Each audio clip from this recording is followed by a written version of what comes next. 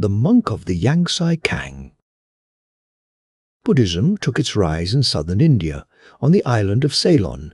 It was there that the son of a Brahminic king lived, who had left his home in his youth, and had renounced all wishes and all sensation.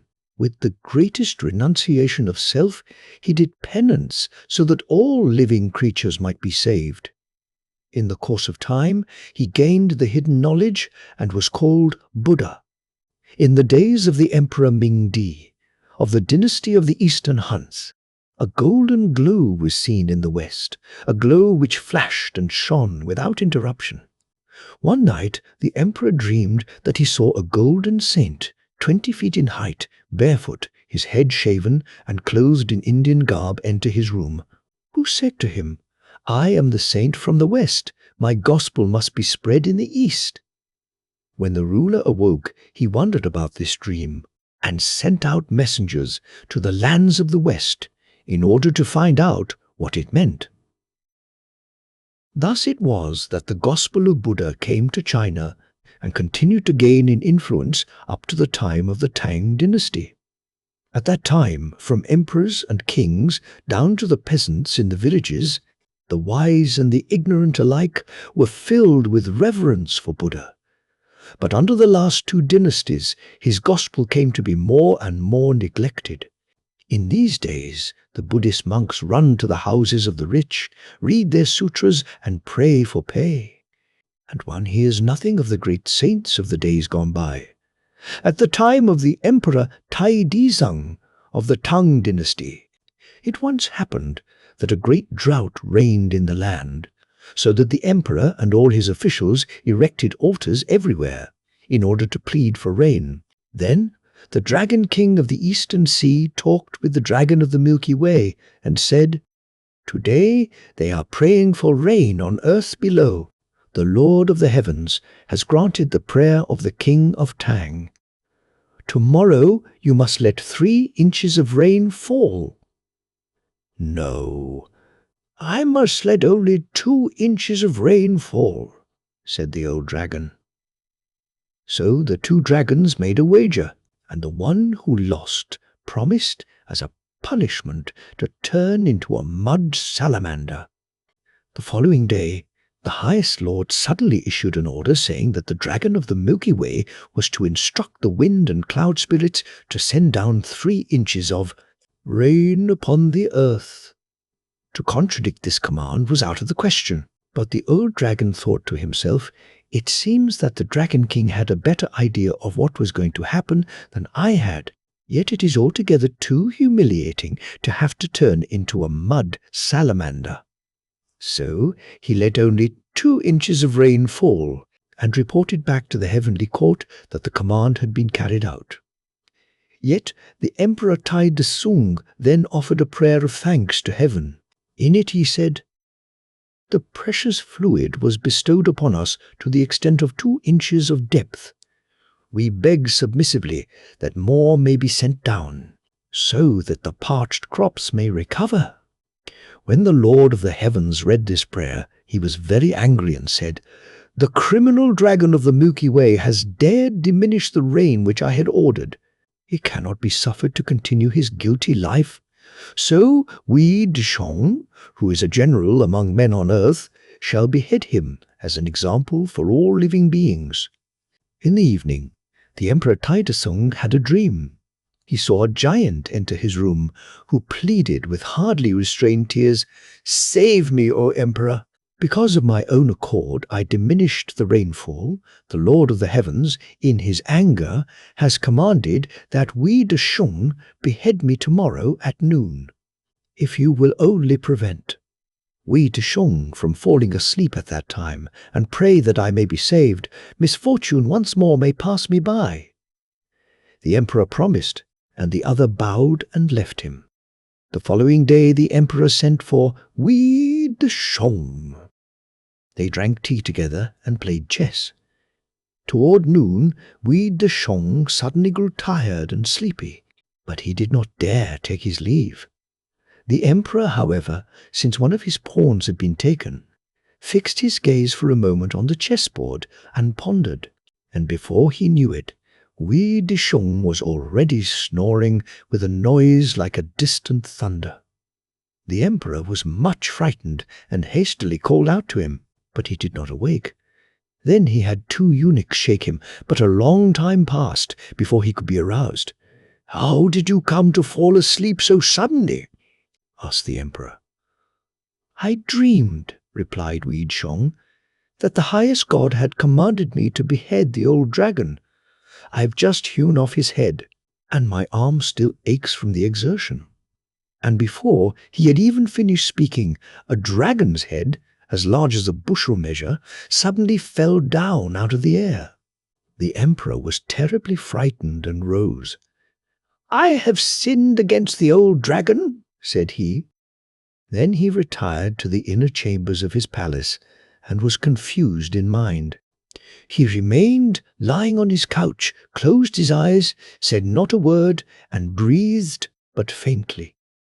Suddenly, he saw 2 persons in purple robes who had a summons in their hands. They spoke to him as follows: "The old dragon of the Milky Way has complained against the emperor in the netherworld. We beg that you will have the chariot harnessed." Instinctively, the emperor followed them, and in the courtyard there stood his chariot before the castle, ready and waiting. The emperor entered it, and off they went, flying through the air. In a moment they had reached the city of the dead. When he entered, he saw the lord of the high mountain sitting in the midst of the city, with the 10 princes of the netherworld in rows at his right and left. They all rose, bowed to him, and bade him be seated. Then the lord of the high mountain said, "The old dragon of the Milky Way has really committed a deed which deserved punishment. Yet your majesty has promised to beg the highest god to spare him, which prayer would probably have saved the old dragon's life. And that this matter was neglected over the chessboard might well be accounted a mistake. Now, the old dragon complains to me without ceasing. When I think of how he has striven to gain sainthood for more than 1,000 years, and must now fall back into the cycle of transformations, I am really depressed.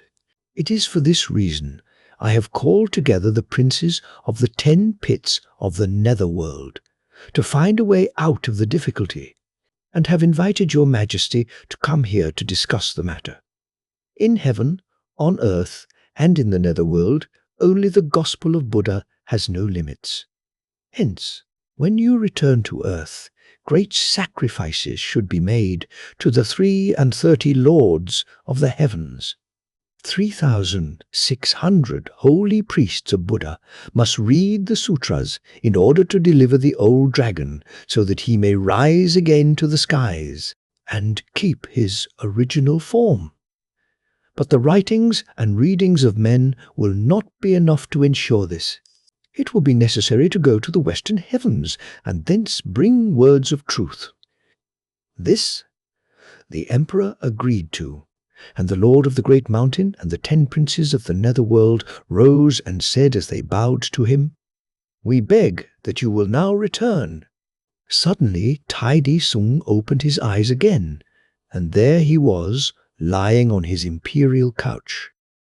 Then he made public the fact that he was at fault, and had the holiest among the priests of Buddha sent for to fetch the sutras from the western heavens.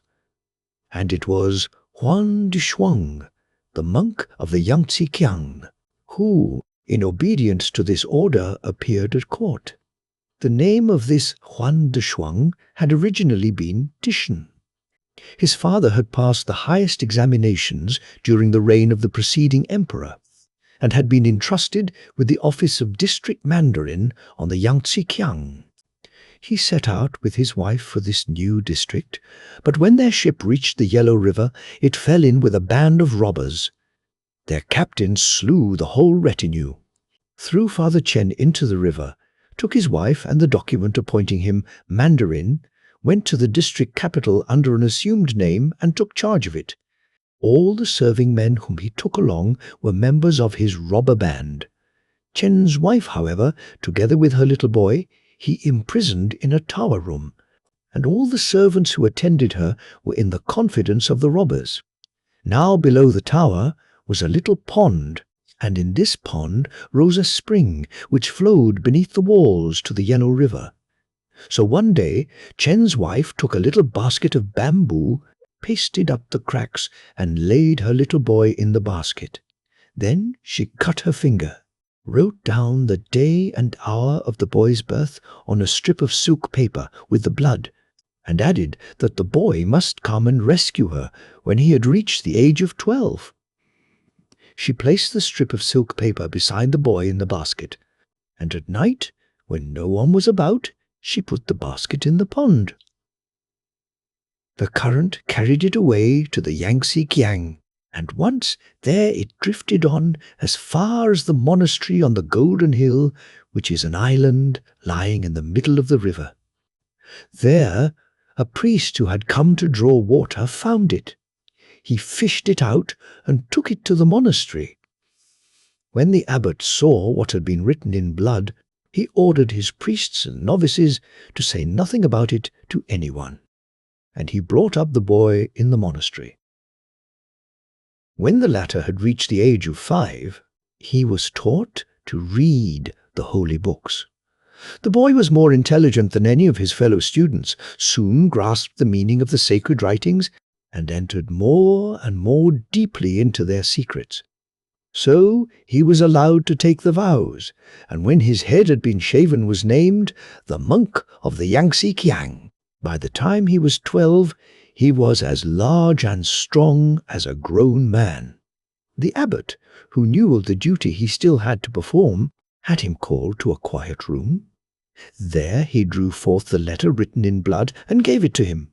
When the monk had read it, he flung himself down on the ground and wept bitterly.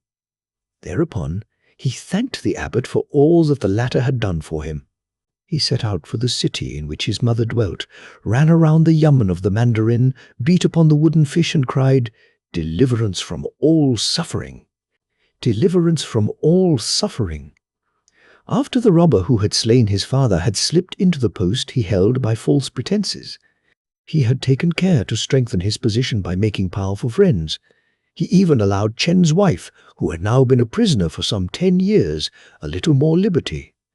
On that day, official business had kept him abroad. The woman was sitting at home, and when she heard the wooden fish beaten so insistently before the door and heard the words of deliverance, the voice of her heart cried out in her. She sent out the serving-maid to call in the priest. He came in by the back door, and when she saw that he resembled his father in every feature, she could no longer restrain herself, but burst into tears. Then the monk of the Yangtze Kiang realized that this was his mother, and he took the bloody writing out and gave it to her. She stroked it and said amid sobs, "My father is a high official who has retired from affairs and dwells in the capital. But I have been unable to write to him, because this robber guarded me so closely. So I kept alive as well as I could, waiting for you to come. Now hurry to the capital for the sake of your father's memory. And if his honor is made clear, then I can die in peace. But you must hasten so that no one finds out about it." The monk then went off quickly. First, he went back to his cloister to bid farewell to his abbot, and then he set out for Shanfu, the capital. Yet by that time his grandfather had already died, but one of his uncles, who was known at court, was still living. He took soldiers and soon made an end of the robbers, but the monk's mother had died in the meantime.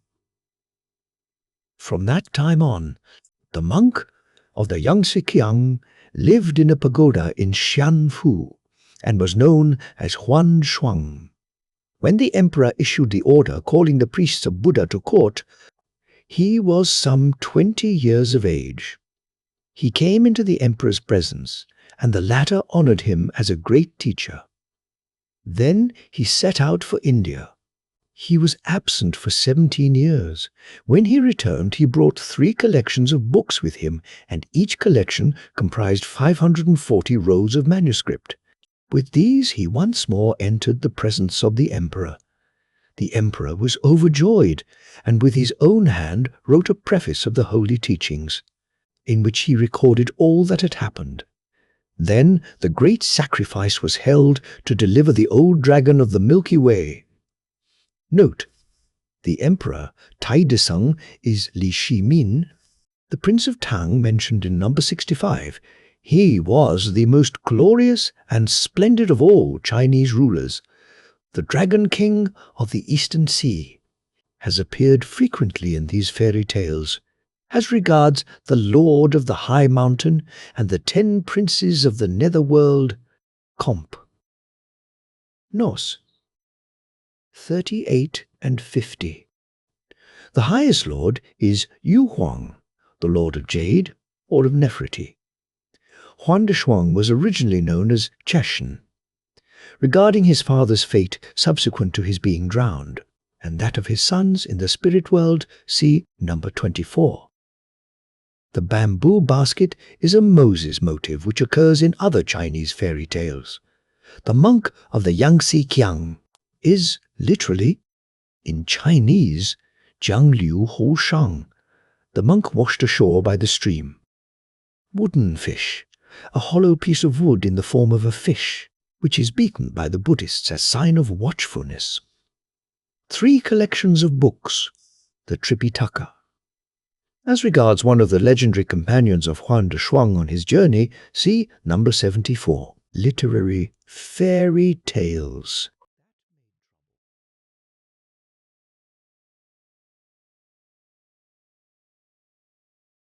In olden times, Hanqiao was the capital of southern China, and for that reason a great number of beggars had gathered there. These beggars were in the habit of electing a leader who was officially entrusted with the supervision of all begging in the town. It was his duty to see that the beggars did not molest the townsfolk, and he received 1/10 of their income from all his beggar subjects. When it snowed or rained, and the beggars could not go out to beg, he had to see to it that they had something to eat, and he also had to conduct their weddings and funerals, and the beggars obeyed him in all things. Well, it happened that there was a beggar king of this sort in Hanzhou by the name of Jin, in whose family the office had been handed down from father to son for 7 generations. What they had taken in by way of beggars' pence they had lent out on interest, and so the family had gradually become well-to-do and finally even rich. The old beggar king had lost his wife at the age of 50, but he had an only child, a girl who was called Little Golden Daughter. She had a face of rare beauty and was the jewel of his love. She had been versed in the lore of books from her youth up, and could write, improvise poems, and compose essays. She was also experienced in needlework, a skilled dancer and singer, and could play the flute and zither. The old beggar king, above all else, wanted her to have a scholar for a husband. Yet, because he was a beggar king, the distinguished families avoided him, and with those who were of less standing than himself, he did not wish to have anything to do. So it came about that Little Golden Daughter had reached the age of 18 without being betrothed. Now, at that time, there dwelt in Hanzhou, near the Bridge of Peace, a scholar by the name of Mosu. He was 20 years of age and universally popular because of his beauty and talent.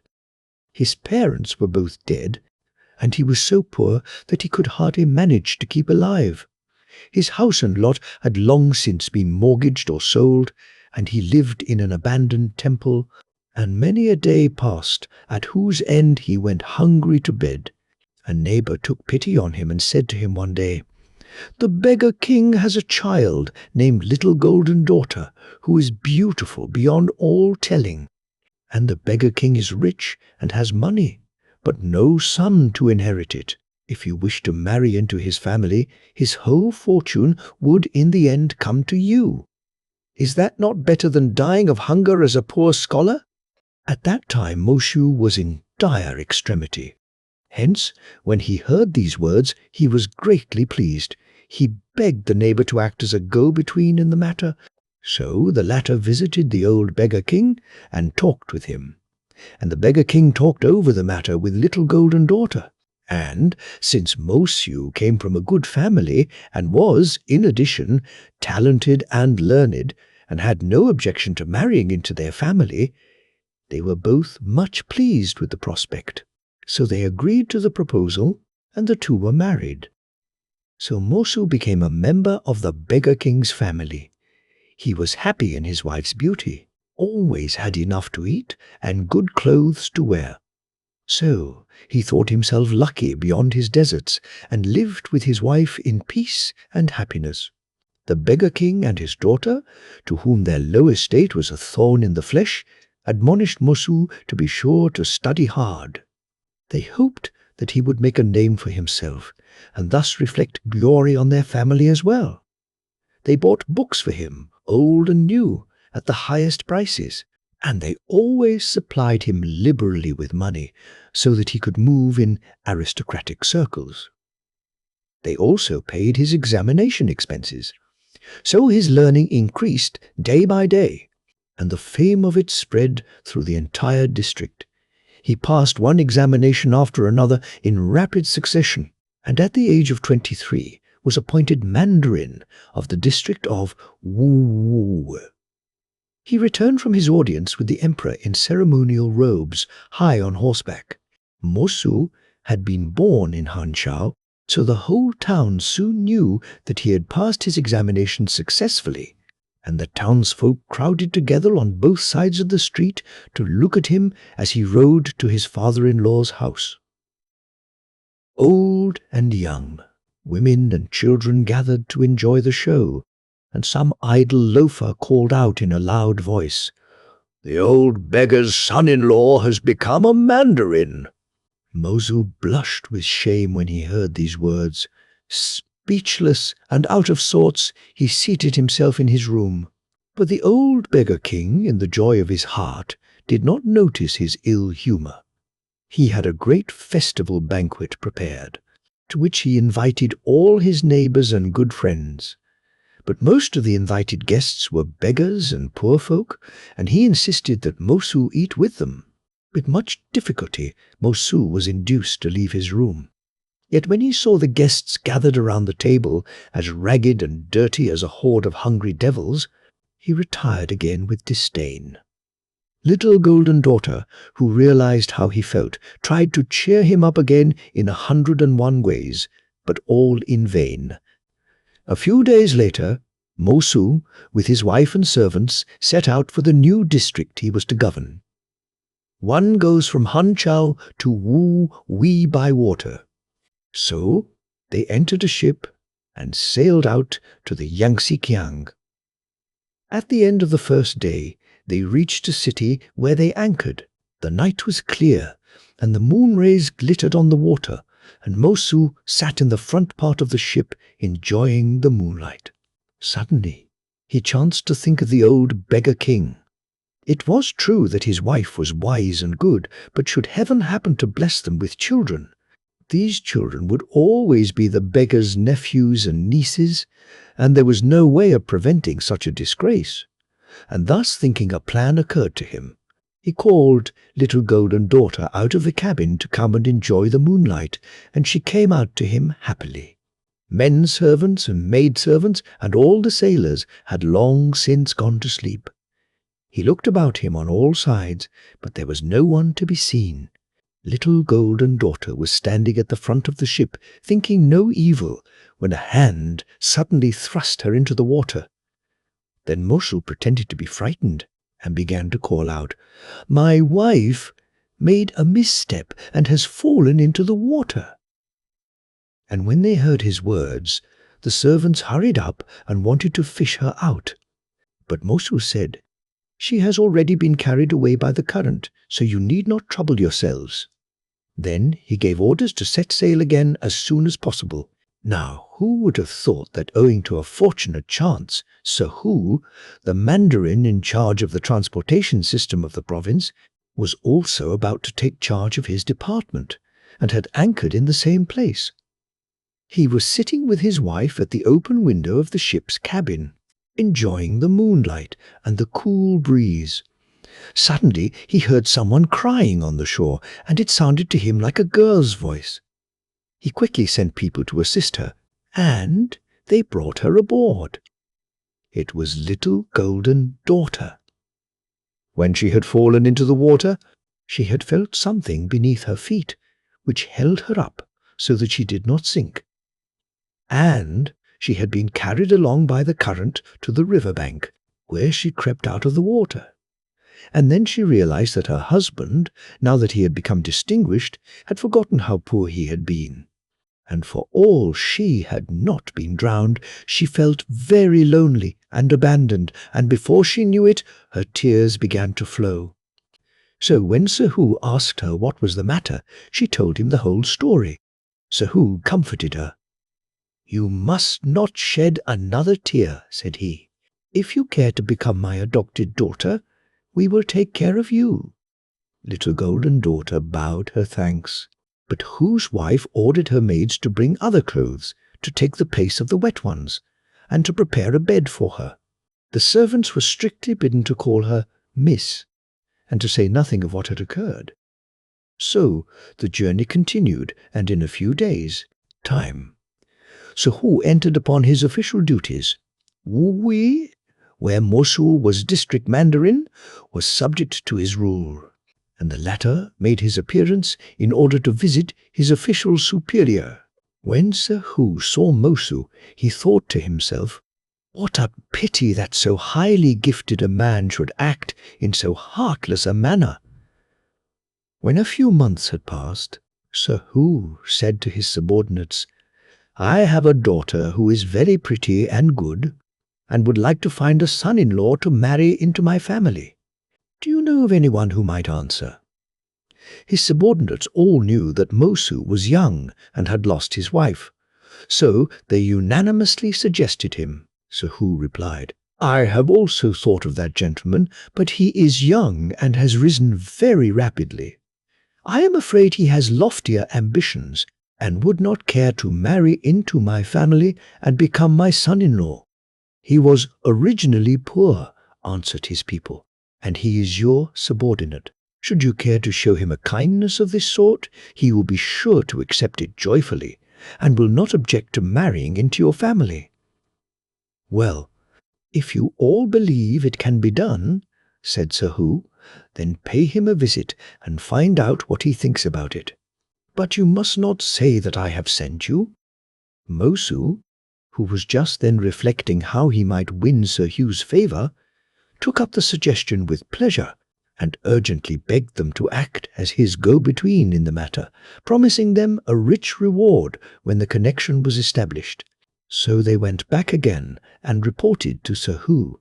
He said, "I am much pleased that the gentleman in question does not disdain this marriage. But my wife and I are extremely fond of this daughter of ours, and we can hardly resign ourselves to giving her up. Sir Mosu is young and aristocratic, and our little daughter has been spoiled.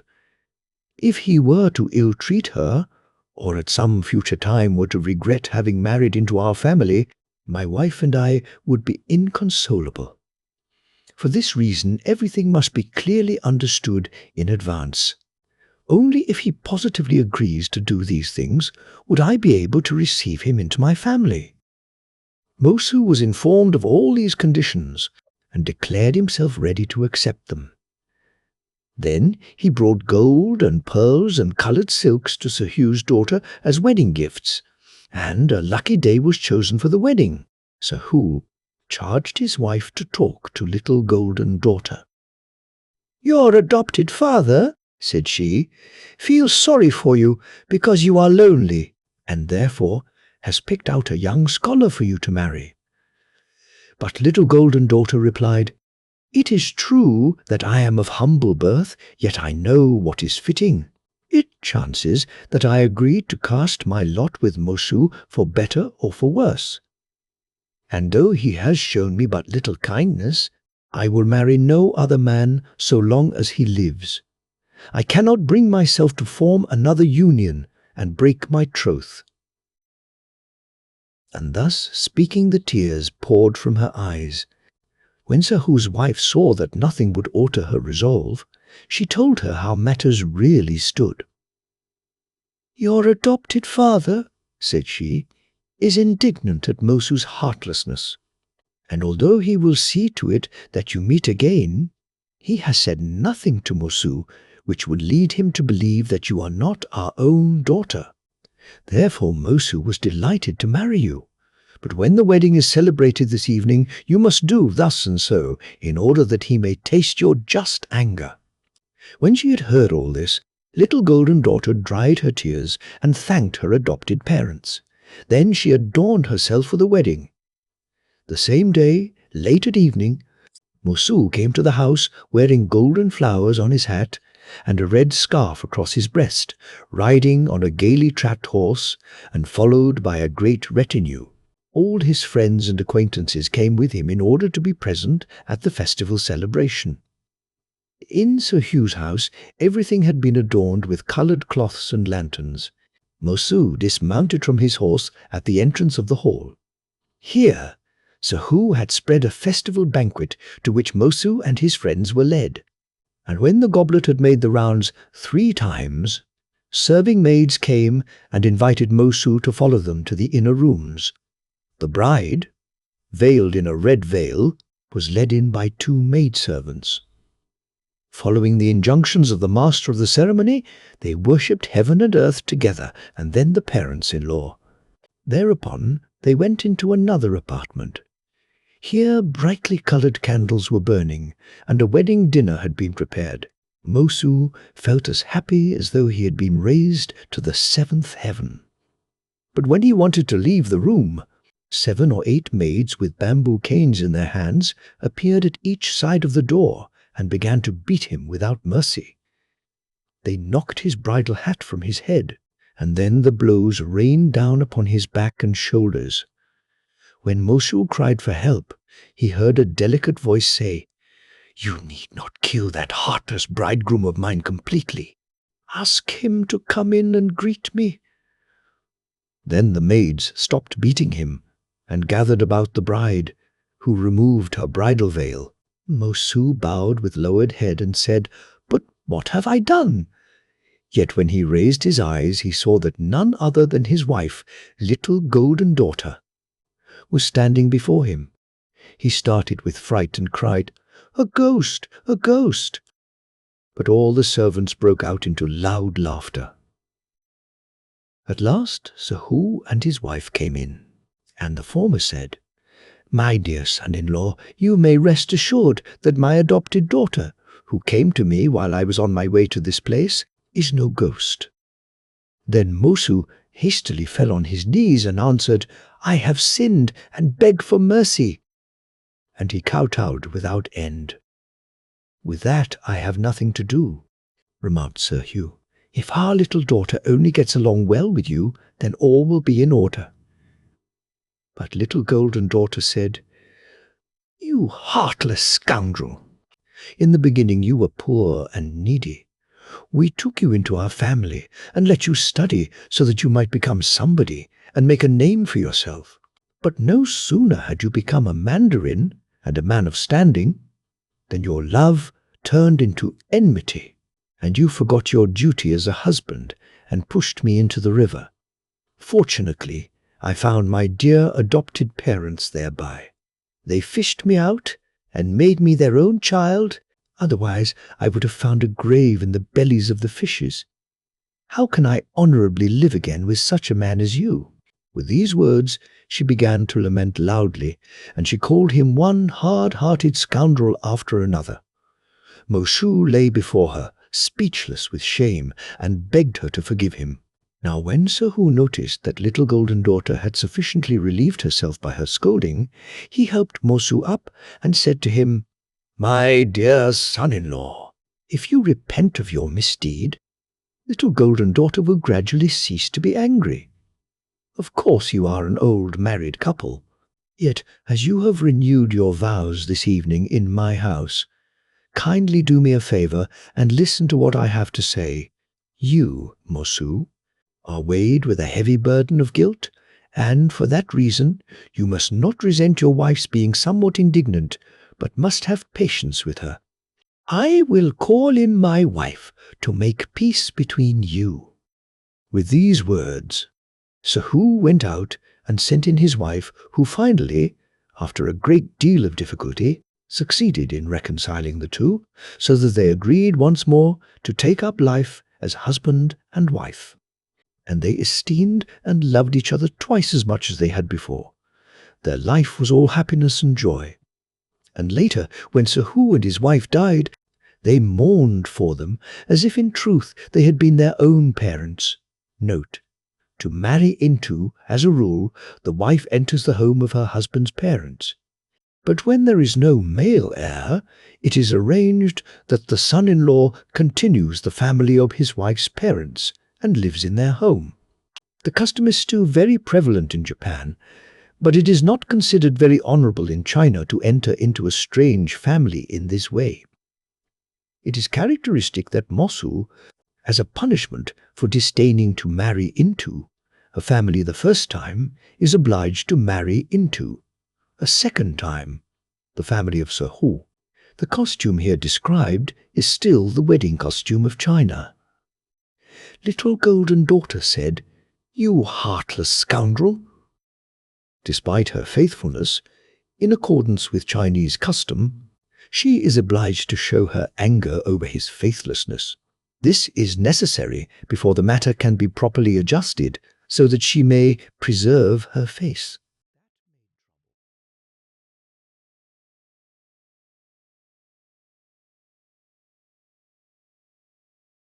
Once upon a time there was a descendant of Confucius. His father had a friend, and this friend held an official position in the south and offered the young man a place as secretary.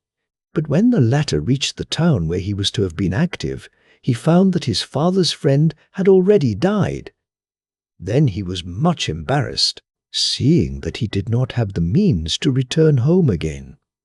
So he was glad to take refuge in the monastery of Puto, where he copied holy books for the abbot. About 100 paces west of the monastery stood a deserted house. One day there had been a great snowfall, and as young Kung accidentally passed by the door of the house, he noticed a well-dressed and prepossessing youth standing there who bowed to him and begged him to approach. Now young Kung was a scholar and could appreciate good manners. Finding that the youth and himself had much in common, he took a liking to him and followed him into the house. It was immaculately clean. Silk curtains hung before the doors, and on the walls were pictures of good old masters. On a table lay a book entitled Tales of the Coral Ring. Coral Ring was the name of a cavern. Once upon a time there lived a monk at Puto who was exceedingly learned. An aged man had led him into the cave in question, where he had seen a number of volumes on the bookstands. The aged man had said, "These are the histories of the various dynasties." In a second room were to be found the histories of all the peoples on earth. A third was guarded by 2 dogs, the aged man explained.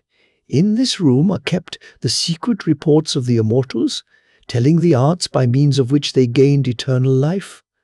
The 2 dogs are 2 dragons. The monk turned to the pages of the books and found that they were all works of ancient times, such as he had never seen before. He would gladly have remained in the cave, but the old man said, "That would not do," and a boy led him out again. The name of that cave, however, was the Coral Ring, and it was described in the volume which lay on the table. The youth questioned Kung regarding his name and family, and the latter told him his whole history. The youth pitied him greatly and advised him to open a school. Kung answered with a sigh, "I am quite unknown in the neighborhood, and have no one to recommend me," said the youth. "If you do not consider me altogether too unworthy and stupid, I should like to be your pupil myself." Young Kong was overjoyed. "I should not dare to attempt to teach you," he replied, but together we might dedicate ourselves to the study of science." He then asked why the house had been standing empty for so long. The youth answered, "The owner of the house has gone to the country. We come from Shensi and have taken the house for a short time. We only moved in a few days ago." They chatted and joked together gaily, and the young man invited Kung to remain overnight, ordering a small boy to light a pan of charcoal. Then he stepped rapidly into the rear room and soon returned, saying, "My father has come." As Kung rose, an aged man with a long white beard and eyebrows stepped into the room and said, greeting him, "You have already declared your willingness to instruct my son, and I am grateful for your kindness. But you must be strict with him and not treat him as a friend." Then he had garments of silk, a fur cap, and shoes and socks of fur brought in, and begged Kung to change his clothes. Wine and food were then served. The cushions and covers of the tables and chairs were made of stuffs unknown to Kung, and their shimmering radiance blinded the eye. The aged man retired after a few beakers of wine, and then the youth showed Kung his essays. They were all written in the style of the old masters, and not in the new-fangled 8-section form. When he was asked about this, the youth said with a smile, "I am quite indifferent to winning success at the state examinations." Then he turned to the small boy and said, "See whether the old gentleman has already fallen asleep. If he has, you may quietly bring in little Hyang Nu." The boy went off, and the youth took a lute from an embroidered case. At once a serving maid entered, dressed in red and surpassingly beautiful. The youth bade her sing "The Lament of the Beloved," and her melting tones moved the heart. The third watch of the night had passed before they retired to sleep. On the following morning all rose early, and study began. The youth was exceptionally gifted. Whatever he had seen but once was graven in his memory. Hence he made surprising progress in the course of a few months. The old custom was followed of writing an essay every 5 days and celebrating its completion with a little banquet, and at each banquet Hyang Nu was sent for. One evening Kung could not remove his glance from Hyang Nu.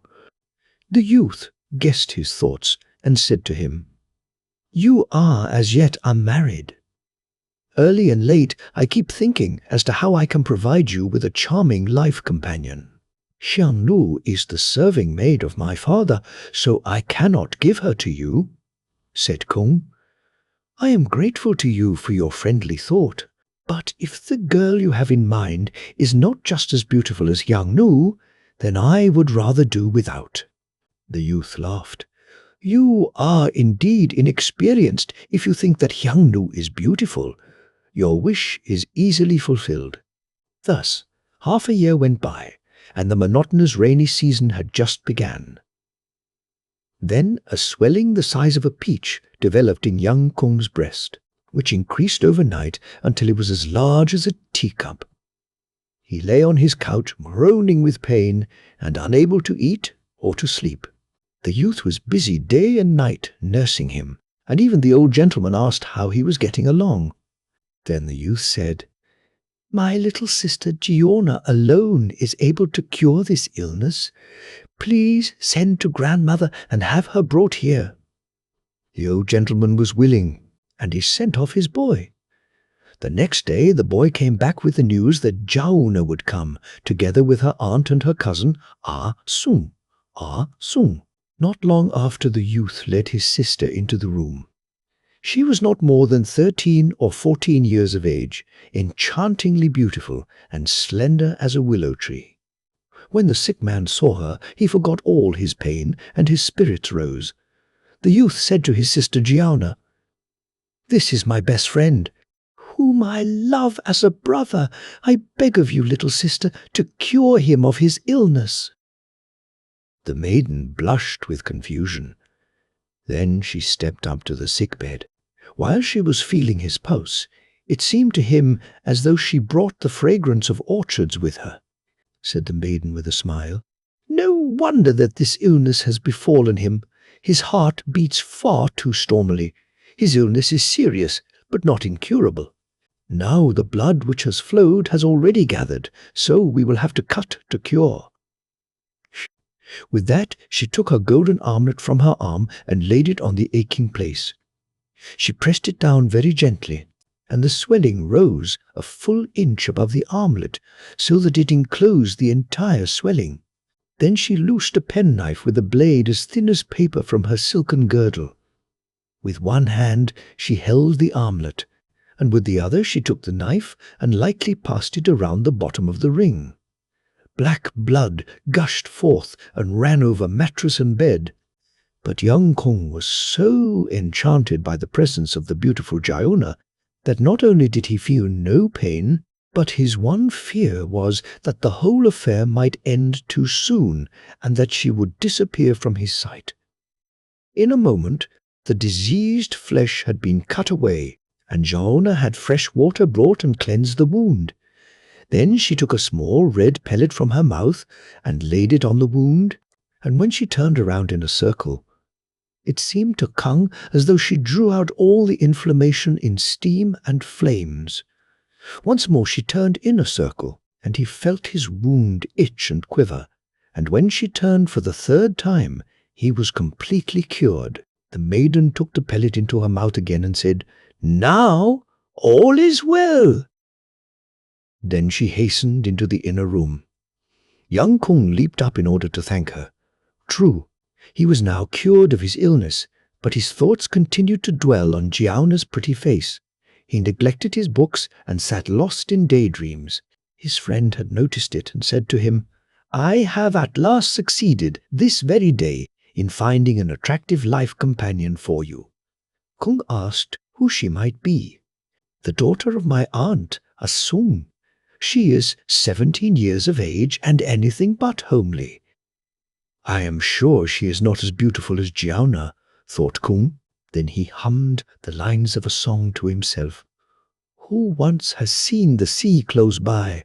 All rivers shallow streams declares. Who o'er whose hill the clouds watched fly? Says nothing with that view compares?" The youth smiled. "My little sister Giauna is still very young," said he. "Besides, she is my father's only daughter, and he would not like to see her marry someone from afar. But my cousin, Asum, is not homely either. If you do not believe me, wait until they go walking in the garden, and then you may take a look at them without their knowing it." Kung posted himself at the open window on the lookout, and sure enough, he saw Giona come along leading another girl by the hand, a girl so beautiful that there was none other like her.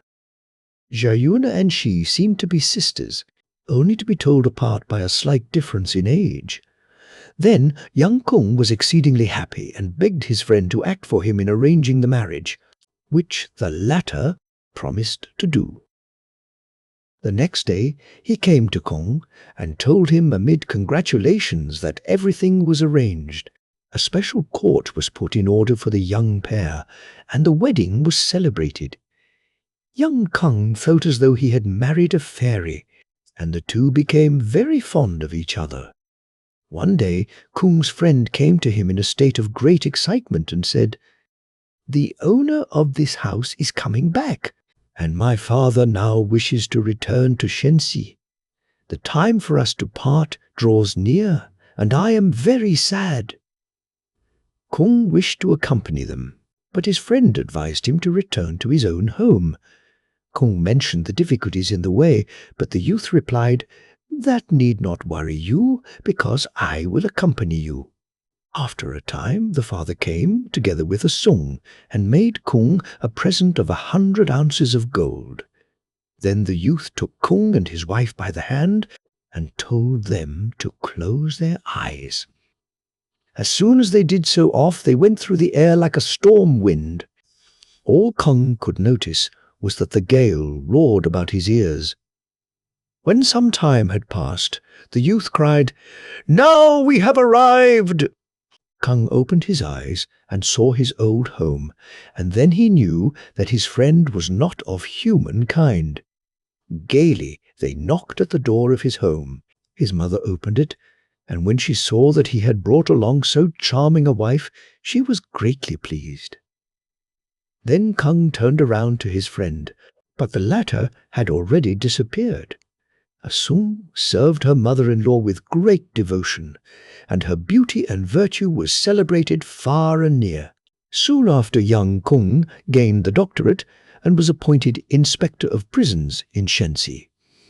He took his wife along with him, but his mother remained at home, since Shenxi was too far for her to travel. And heaven gave Asung and Kung a little son. But Kung became involved in a dispute with a traveling censor. The latter complained about Kung, and he was dismissed from his post. So it happened that one day he was idling about before the city, when he saw a handsome youth riding a black mule. When he looked more closely, he saw that it was his old friend. They fell into each other's arms, laughing and weeping, and the youth led him to a village. In the midst of a thick grove of trees which threw a deep shade stood a house whose upper stories rose to the skies. One could see at a glance that people of distinction lived there. Kung now inquired after Sister Jiaona, and was told that she had married. He remained overnight, and then went off to fetch his wife. In the meantime Jiaona arrived. She took Asung's little son in her arms and said, "Cousin, this is a little stranger in our family." Kung greeted her, and again thanked her for the kindness she had shown him in curing his illness. She answered with a smile, "Since then you have become a distinguished man, and the wound has long since healed. Have you still not forgotten your pain?" Then Jiaona's husband arrived, and everyone became acquainted, and after that they parted. One day the youth came sadly to Kung and said, "We are threatened by a great misfortune today. I do not know whether you would be willing to save us." Kung did not know what it might be, but he gladly promised his aid. Then the youth called up the entire family, and they bowed down in the outer court. He began, "I will tell you the truth just as it is. We are foxes. This day we are threatened by the danger of thunder. If you care to save us, then there is a hope that we may manage to stay alive. If not, then take your child and go, so that you are not involved in our danger." But Kung vowed that he would share life and death with them. Then the youth begged him to stand in the door with a sword in his hand, and said, "Now when the thunder begins to roll, you must stand there and never stir." Suddenly dark clouds rose in the sky, and the heavens grew gloomy as if night were closing down. Kung looked about him, but the buildings had all disappeared, and behind him he could only see a high barrow, in which was a large cave whose interior was lost in darkness. In the midst of his fright he was surprised by a thunderbolt. A heavy rain poured down in streams, and a storm wind arose which rooted up the tallest trees. Everything glimmered before his eyes, and his ears were deafened. But he held his sword in his hand and stood as firm as a rock. Suddenly, in the midst of black smoke and flashes of lightning, he saw a monster with a pointed beak and long claws, which was carrying off a human body. When he looked more closely, he recognized by the dress that it was Jiaona. He leaped up at the monster and struck at him with his sword, and at once Jiaona fell to the ground. A tremendous crash of thunder shook the earth, and Kung fell down dead. Then the tempest cleared away, and the blue sky appeared once more. Jiaona had regained consciousness, and when she saw Kung lying dead beside her, she said, amid sobs, "He died for my sake! Why should I continue to live?" Asung also came out, and together they carried him into the cave. Jiaona told, sung to hold his head while her brother opened his mouth. She herself took hold of his chin and brought out her little red pellet. She pressed it against his lips with her own and breathed into his lungs. Then the breath came back to his throat with a rattling noise, and in a short time he was himself once more. So there was the whole family reunited again, and none of its members had come to harm. They gradually recovered from their fright and were quite happy when suddenly a small boy brought the news that Giauna's husband and his whole family had been killed by the thunder. Giauna broke down, weeping, and the others tried to comfort her. Finally Kung said, "It is not well to dwell too long amid the graves of the dead. Will you not come home with me?" Thereupon they packed up their belongings and went with him. He assigned a deserted garden, which he carefully walled off, to his friend and his family as a dwelling place. Only when Kung and Asung came to visit them was the bolt drawn. Then Giauna and her brother played chess, drank tea, and chatted with them like members of the same family. But Kung's little son had a somewhat pointed face, which resembled a fox's, and when he went along the street, the people would turn around and say, "There goes the fox child." Note, not in the newfangled 8-section form Bagu Wen Shang, i.e. essays in 8-section form, divided according to strict rules, were the customary theses in the governmental examinations in China up to the time of the Great Educational Reform. Today there is a general return to the style of the old masters, the free form of composition, the danger of thunder. 3 times the foxes must have escaped the mortal danger of thunder.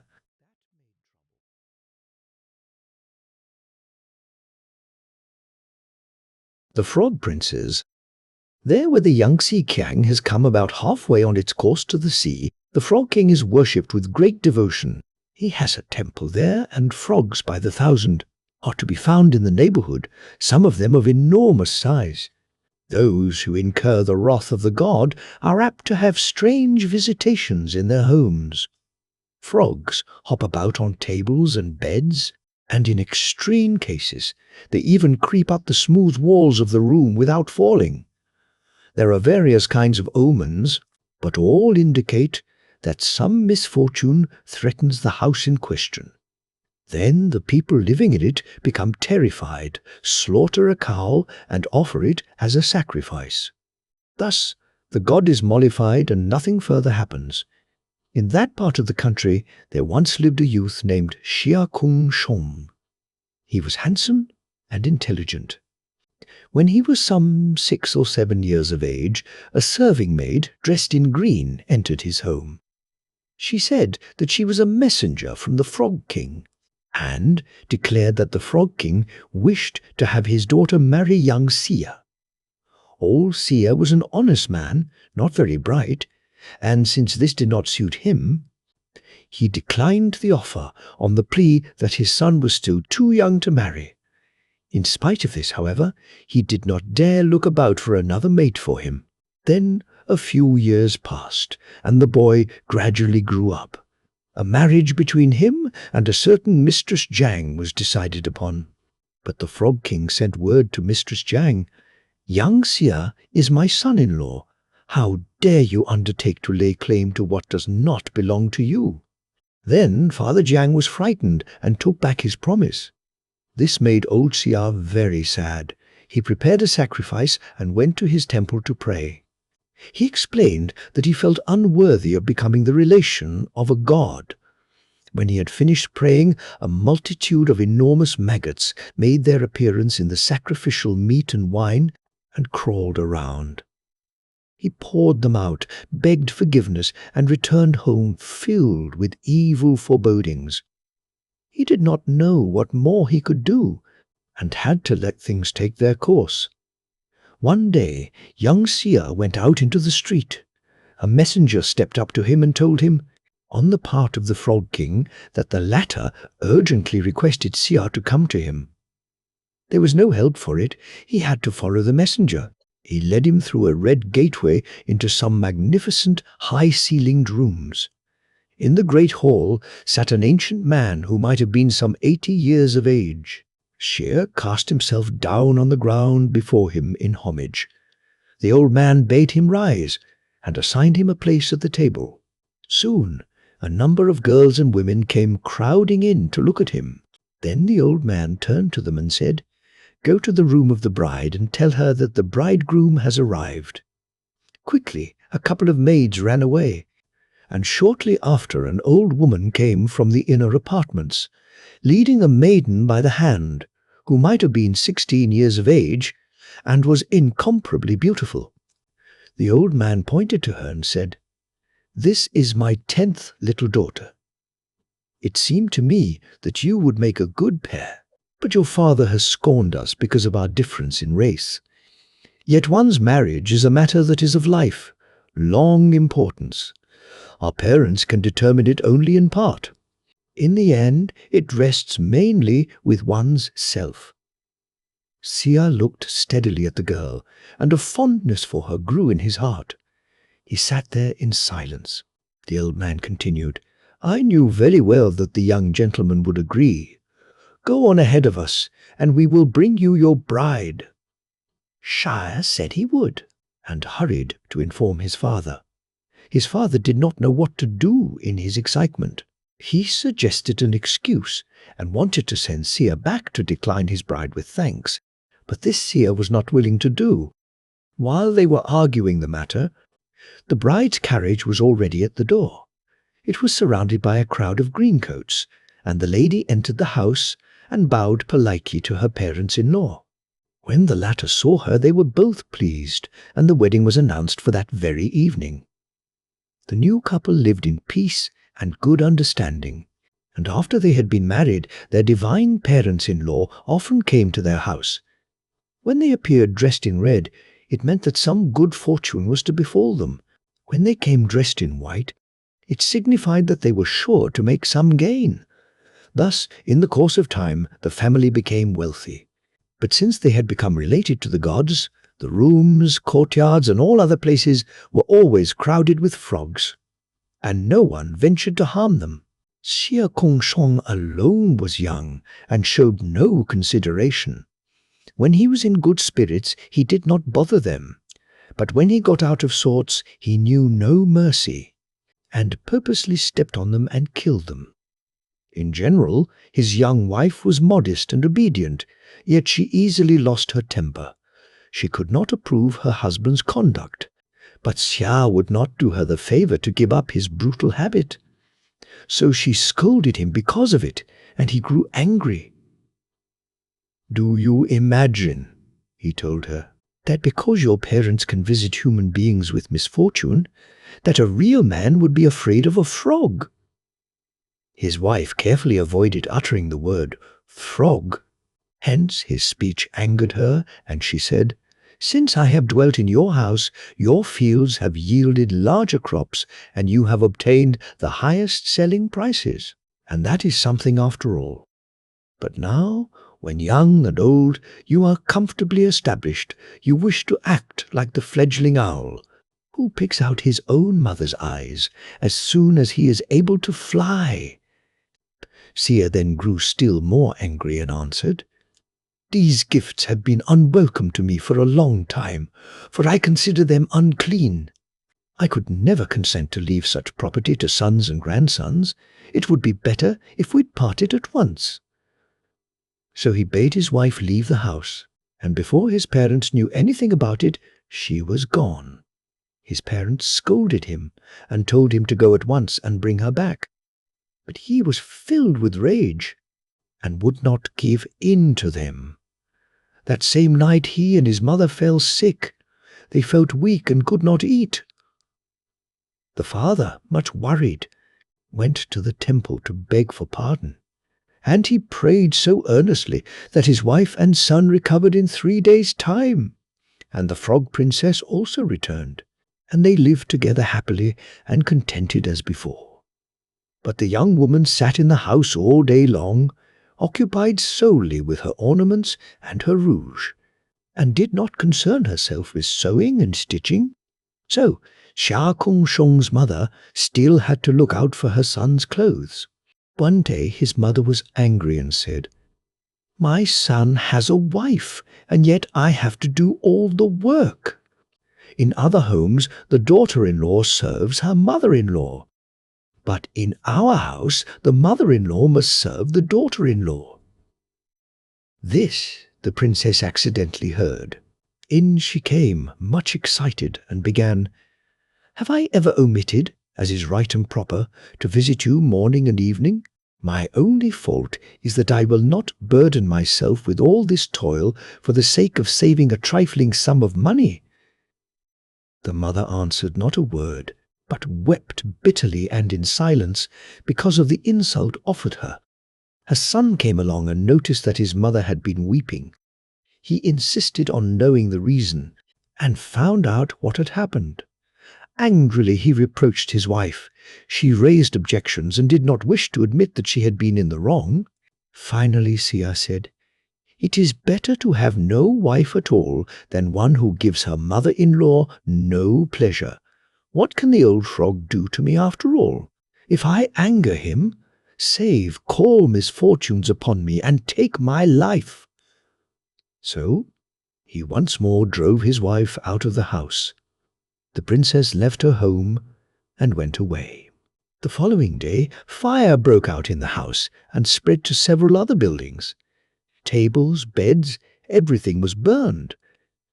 Sia, in a rage because of the fire, went to the temple to complain.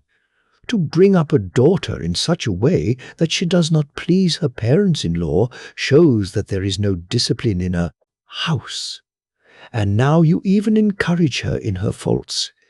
It is said the gods are most just. Are there gods who teach men to fear their wives? Incidentally, the whole quarrel rests on me alone. My parents had nothing to do with it. If I was to be punished by the axe and cord, well and good. You could have carried out the punishment yourself. But this you did not do. So now I will burn your own house in order to satisfy my own sense of justice."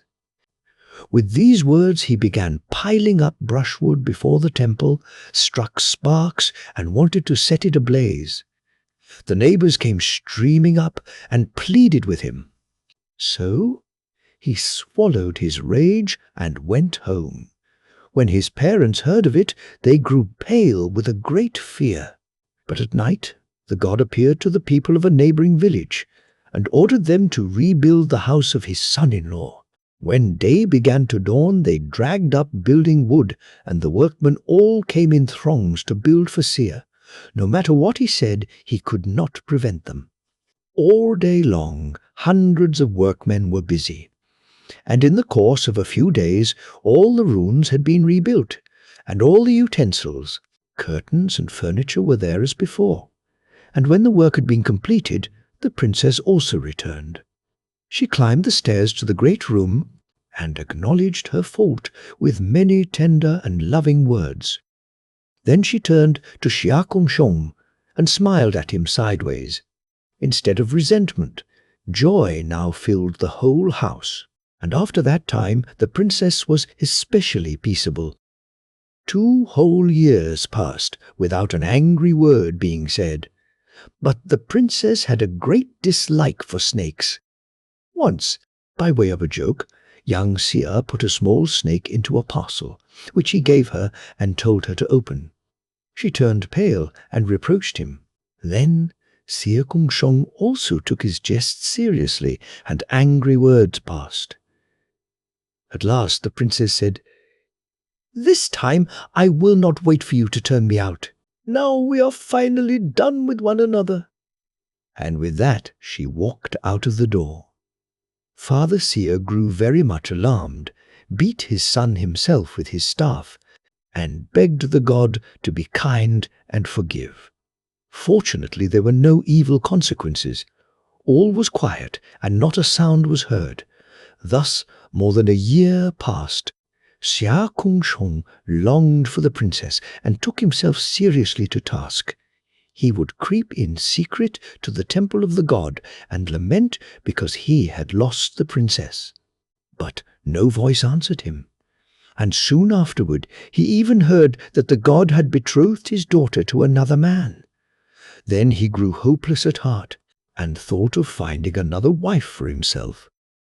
Yet no matter how he searched, he could find none who equaled the princess. This only increased his longing for her, and he went to the home of the Yuans, to a member of which family it was said she had been promised. There they had already painted the walls and swept the courtyard, and all was in readiness to receive the bridal carriage. Xia was overcome with remorse and discontent. He no longer ate and fell ill. His parents were quite stunned by the anxiety they felt on his account and were incapable of helpful thought. Suddenly, while he was lying there only half conscious, he felt someone stroke him and heard a voice say, "And how goes it with our real husband who insisted on turning out his wife?" He opened his eyes, and it was the princess. Full of joy, he leaped up and said, "How is it you have come back to me?" The princess answered, "To tell the truth, according to your own habit of treating people badly, I should have followed my father's advice and taken another husband. And, as a matter of fact, the wedding gifts of the Yuan family have been lying in my home for a long time. But I thought and could not bring myself to do so. The wedding was to have been this evening, and my father thought it shameful to have the wedding gifts carried back. So I took the things myself and placed them before the Yuan's door. When I went out, my father ran out beside me. 'You insane girl,' he said. 'So you will not listen to what I say. If you are ill-treated by Xia in the future, I wash my hands of it. Even if they kill you, you shall not come home to me again.' Moved by her faithfulness, the tears rolled from Xia's eyes. The servants, full of joy, hurried to the parents to acquaint them with the good news. And when they heard it, they did not wait for the young people to come to them, but hastened themselves to their sons' rooms, took the princess by the hand and wept. Young Xia, too, had become more settled by this time and was no longer so mischievous. So he and his wife grew to love each other more sincerely day by day. Once the princess said to him, "Formerly, when you always treated me so badly, I feared that we would not keep company into our old age. So I never asked heaven to send us a child. But now that all has changed, and I will beg the gods for a son." And, sure enough, before long, Xia's parents-in-law appeared in the house, clad in red garments, and shortly after heaven sent the happy pair 2 sons instead of 1. From that time on, their intercourse with the Frog King was never interrupted. When someone among the people had angered the god, he first tried to induce young Xia to speak for him, and sent his wife and daughter to the Frog Princess to implore her aid. And if the princess laughed, then all would be well. The Xia family has many descendants, whom the people call the Little Frogmen. Those who are near them do not venture to call them by this name, but those standing further off do so. Note, Little Frogmen, Wa Zi, is the derogatory name which the North Chinese give, the Chinese of the South on occasion.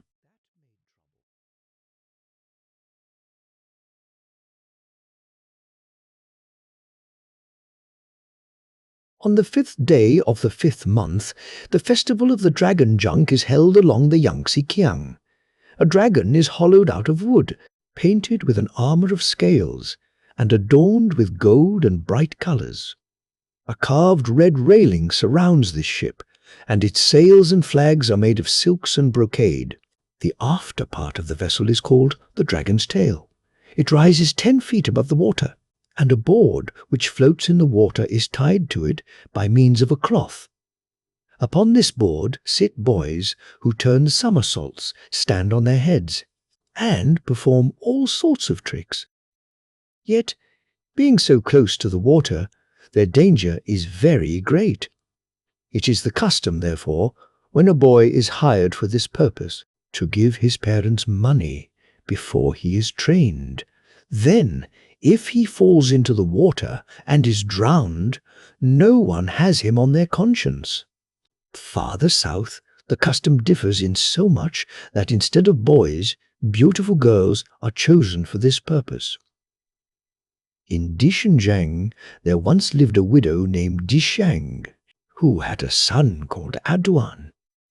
When he was no more than 7 years of age, he was extraordinarily skillful, and no other boy could equal him, and his reputation increasing as he grew, he earned more and more money. So it happened that he was still called upon at the Dragon Junk Festival when he was already 16. But one day he fell into the water below the Gold Island and was drowned. He was the only son of his mother, and she sorrowed over him, and that was the end of it. Yet Adwan did not know that he had been drowned.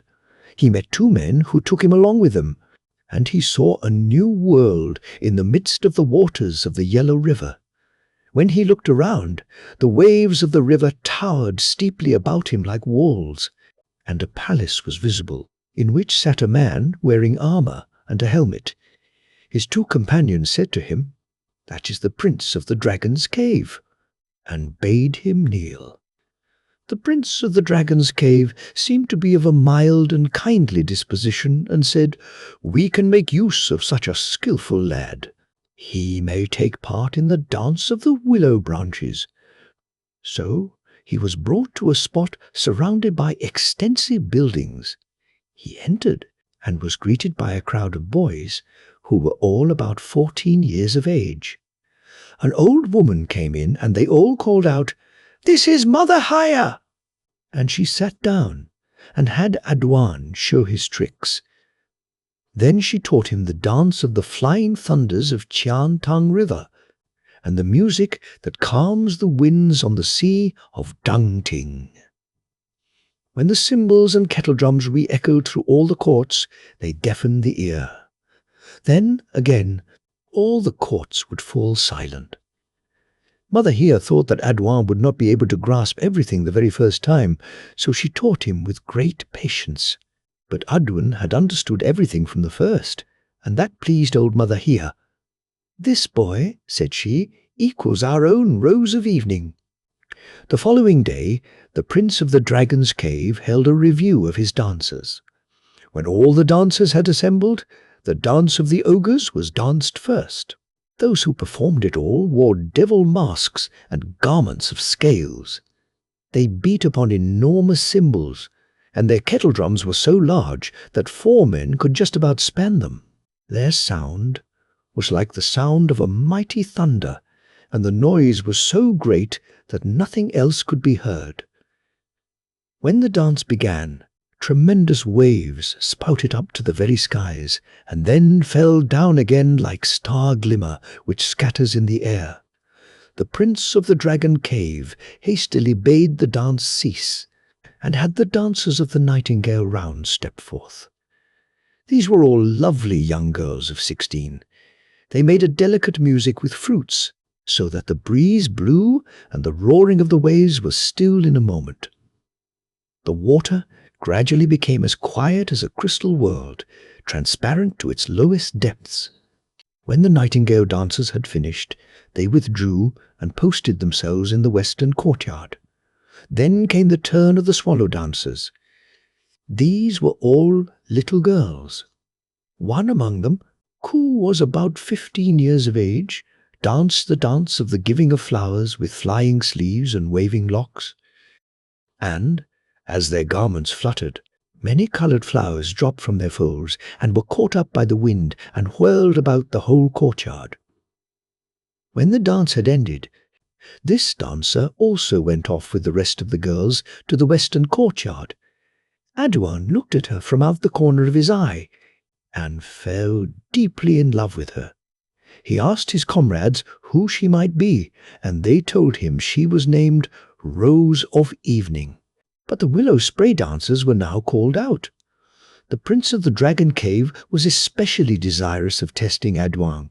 So Adwan danced alone, and he danced with joy or defiance according to the music. When he looked up and when he looked down, his glances held the beat of the measure. The dragon prince, enchanted with his skill, presented him with a garment of 5 colors and gave him a carbuncle set in golden threads of fish beard for a hair jewel. Adwan bowed his thanks for the gift, and then also hastened to the western courtyard. There all the dancers stood in rank and file. Adwan could only look at Rose of Evening from a distance, but still, Rose of Evening returned his glances. After a time, Adwan gradually slipped to the end of his file, and Rose of Evening also drew near to him, so that they stood only a few feet away from each other. But the strict rules allowed no confusion in the ranks, so they could only gaze and let their souls go out to each other. Now the butterfly dance followed the others. This was danced by the boys and girls together, and the pairs were equal in size, age, and the color of their garments. When all the dances had ended, the dancers marched out with the goose step. The willow spray dancers followed the swallow dancers, and Adwan hastened in advance of his company, while Rose of Evening lingered along after hers. She turned her head, and when she spied Adwan, she purposely let a coral pin fall from her hair. Adwan hastily hid it in his sleeve. When he had returned, he was sick with longing, and could neither eat nor sleep. Mother here brought him all sorts of dainties, looked after him 3 or 4 times a day, and stroked his forehead with loving care. But his illness did not yield in the least. Mother Haya was unhappy and yet helpless. "The birthday of the king of the Wu River is at hand," said she. "What is to be done?" In the twilight there came a boy, who sat down on the edge of Adwan's bed and chatted with him. He belonged to the butterfly dancers, said he, and asked casually, "Are you sick because of Rose of Evening?" Adwan, frightened, asked him how he came to guess it. The other boy said with a smile, "Well, because Rose of Evening is in the same case as yourself." Disconcerted, Adwan sat up and begged the boy to advise him. "Are you able to walk?" asked the latter. "If I exert myself," said Adwan, "I think I could manage it." So the boy led him to the south. There he opened a gate, and they turned the corner to the west. Once more the doors of the gate flew open, and now Adwan saw a lotus field about 20 acres in size. The lotus flowers were all growing on level earth, and their leaves were as large as mats, and their flowers like umbrellas. The fallen blossoms covered the ground beneath the stalks to the depth of a foot or more. The boy led Adwan in and said, "Now first of all, sit down for a little while." Then he went away. After a time, a beautiful girl thrust aside the lotus flowers and came into the open. It was Rose of Evening. They looked at each other with happy timidity, and each told how each had longed for the other, and they also told each other of their former life. Then they weighted the lotus leaves with stones so that they made a cozy retreat in which they could be together, and promised to meet each other there every evening. And then they parted. Adwan came back, and his illness left him. From that time on, he met Rose of Evening every day in the lotus field. After a few days had passed, they had to accompany the Prince of the Dragon Cave to the birthday festival of the King of the Wu River. The festival came to an end, and all the dancers returned home. Only the king had kept back Rose of Evening and one of the nightingale dancers to teach the girls in his castle. Months passed, and no news came from Rose of Evening, so that Adwan went about full of longing and despair. Now Mother Haya went every day to the castle of the god of the Wu River. So Adwan told her that Rose of Evening was his cousin, and entreated her to take him along with her, so that he could at least see her a single time. So she took him along, and let him stay at the lodge house of the river god for a few days. But the indwellers of the castle were so strictly watched that he could not see Rose of Evening even a single time. Sadly, Adwan went back again. Another month passed, and Adwan, filled with gloomy thoughts, wished that death might be his portion. One day Mother Hia came to him full of pity and began to sympathize with him. "What a shame," said she. "That Rose of Evening has cast herself into the river." Adwan was extremely frightened, and his tears flowed resistlessly. He tore his beautiful garments, took his gold and his pearls, and went out with the sole idea of following his beloved in death. Yet the waters of the river stood up before him like walls, and no matter how often he ran against them, head down, they always flung him back.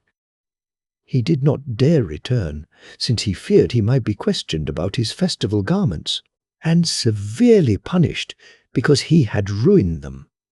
So he stood there and knew not what to do, while the perspiration ran down to his ankles. Suddenly, at the foot of the waterwall, he saw a tall tree. Like a monkey, he climbed up to its very top, and then, with all his might, he shot into the waves. And then, without being wet, he found himself suddenly swimming on the surface of the river. Unexpectedly, the world of men rose up once more before his dazzled eyes. He swam to the shore, and as he walked along the river bank, his thoughts went back to his old mother. He took a ship and travelled home. When he reached the village, it seemed to him as though all the houses in it belonged to another world. The following morning he entered his mother's house, and as he did so, heard a girl's voice beneath the window saying, "Your son has come back again." The voice sounded like the voice of Rose of Evening, and when she came to greet him at his mother's side, sure enough, it was Rose of Evening herself. And in that hour, the joy of these two who were so fond of each other overcame all their sorrow. But in the mother's mind, sorrow and doubt, terror and joy mingled in constant succession in 1,000 different ways. When Rose of Evening had been in the palace of the River King, and had come to realize that she would never see Adwan again, she determined to die, and flung herself into the waters of the stream. But she was carried to the surface, and the waves carried and cradled her till a ship came by and took her aboard. They asked whence she came. Now Rose of Evening had originally been a celebrated singing girl of Wu, who had fallen into the river and whose body had never been found. So she thought to herself that, after all, she could not return to her old life again. So she answered, "Madame Dixiang in Dishenjiang is my mother-in-law." Then the travellers took passage for her in a ship which brought her to the place she had mentioned. The widow Dishang first said she must be mistaken, but the girl insisted that there was no mistake, and told Adwan's mother her whole story. Yet, though the latter was charmed by her surpassing loveliness, she feared that Rose of Evening was too young to live a widow's life. But the girl was respectful and industrious, and when she saw that poverty ruled in her new home, she took her pearls and sold them for a high price.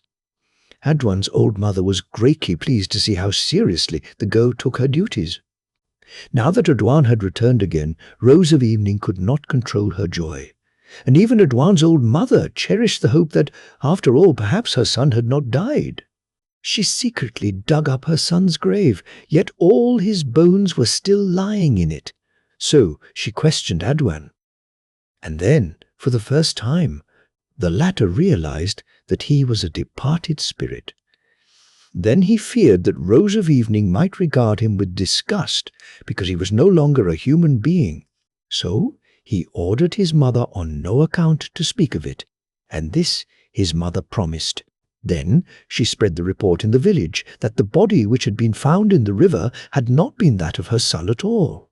Yet she could not rid herself of the fear that, since Adwan was a departed spirit, heaven might refuse to send him a child. In spite of her fear, however, she was able to hold a grandson in her arms in course of time. When she looked at him, he was no different from other children, and then her cup of joy was filled to overflowing. Rose of Evening gradually became aware of the fact that Adwan was not really a human being. "Why did you not tell me at once?" said she. "Departed spirits who wear the garments of the dragon castle surround themselves with a soul casing so heavy in texture that they can no longer be distinguished from the living. And if one can obtain the lime made of dragon horn, which is in the castle, then the bones may be glued together in such wise that flesh and blood will grow over them again. What a pity that we could not obtain the lime while we were there."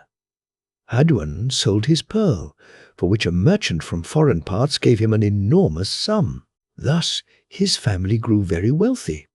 Once, on his mother's birthday, he danced with his wife and sang in order to please her. The news reached the castle of the dragon prince, and he thought to carry off Rose of Evening by force. But Adwan, alarmed, went to the prince and declared that both he and his wife were departed spirits. They examined him, and since he cast no shadow, his word was taken, and he was not robbed of Rose of Evening. Note, Rose of Evening is one of the most idyllic of Chinese art fairy tales. The idea that the departed spirit throws no shadow has analogies in Norse and other European fairy tales.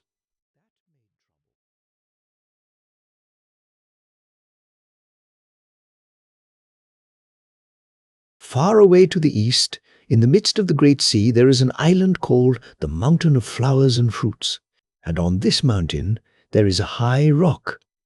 Now this rock, from the very beginning of the world, had absorbed all the hidden sea power of heaven and earth and sun and moon, which endowed it with supernatural creative gifts. One day the rock burst, and out came an egg of stone.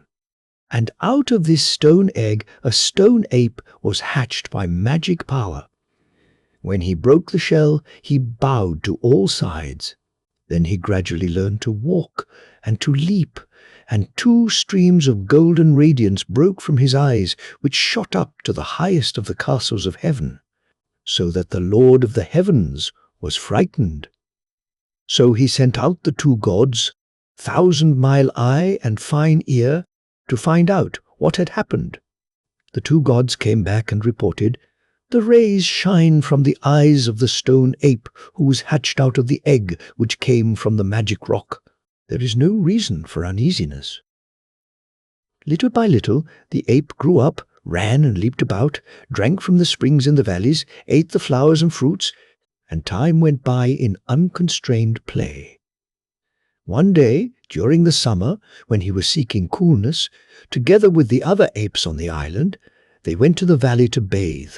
There they saw a waterfall which plunged down a high cliff. Said the apes to each other, "Whoever can force his way through the waterfall without suffering injury shall be our king." The stone ape at once leaped into the air with joy and cried, "I will pass through." Then he closed his eyes, bent down low, and leaped through the roar and foam of the waters. When he opened his eyes once more, he saw an iron bridge, which was shut off from the outer world by the waterfall, as though by a curtain. At its entrance stood a tablet of stone on which were graven the words, "This is the heavenly cave behind the water curtain on the blessed island of flowers and fruits." Filled with joy, the stone ape leaped out again through the waterfall and told the other apes what he had found. They received the news with great content, and begged the stone ape to take them there. So the tribe of apes leaped through the water on the iron bridge, and then crowded into the cave castle, where they found a hearth with a profusion of pots, cups, and platters. But all were made of stone. Then the apes paid homage to the stone ape as their king, and he was given the name of Handsome King of the Apes. He appointed Long-tailed, Ring-tailed, and other monkeys to be his officials and counselors, servants and retainers, and they led a blissful life on the mountain, sleeping by night in their cave castle, keeping away from birds and beasts, and their king enjoyed untroubled happiness. In this way, some 300 years went by. One day, When the king of the apes sat with his subjects at a merry meal, he suddenly began to weep. Frightened, the apes asked him why he so suddenly grew sad amid all his bliss. Said the king, "It is true that we are not subject to the law and rule of man, that birds and beasts do not dare attack us, yet little by little we grow old and weak, and some day the hour will strike when death, the ancient, will drag us off. Then we are gone in a moment, and can no longer dwell upon earth." When the apes heard these words, they hid their faces and sobbed. But an old ape, whose arms were connected in such a way that he could add the length of one to that of the other, stepped forth from the ranks. In a loud tone of voice he said, "That you have hit upon this thought, O king, shows the desire to search for truth has awakened you. Among all living creatures, there are but three kinds who are exempt from death's power: the Buddhas, the blessed spirits, and the gods. Whoever attains one of these three grades escapes the rod of rebirth, and lives as long as the heavens themselves." The king of the apes said, "Where do these three kinds of beings live?" And the old ape replied, "They live in caves and on holy mountains in the great world of mortals." The king was pleased when he heard this, and told his apes that he was going to seek out gods and sainted spirits in order to learn the road to immortality from them. The apes dragged up peaches and other fruits and sweet wine to celebrate the parting banquet, and all made merry together. On the following morning, the handsome king of the apes rose very early, built him a raft of old pine trees, and took a bamboo staff for a pole. Then he climbed on the raft quite alone and poled his way through the great sea. Wind and waves were favorable, and he reached Asia. There he went ashore.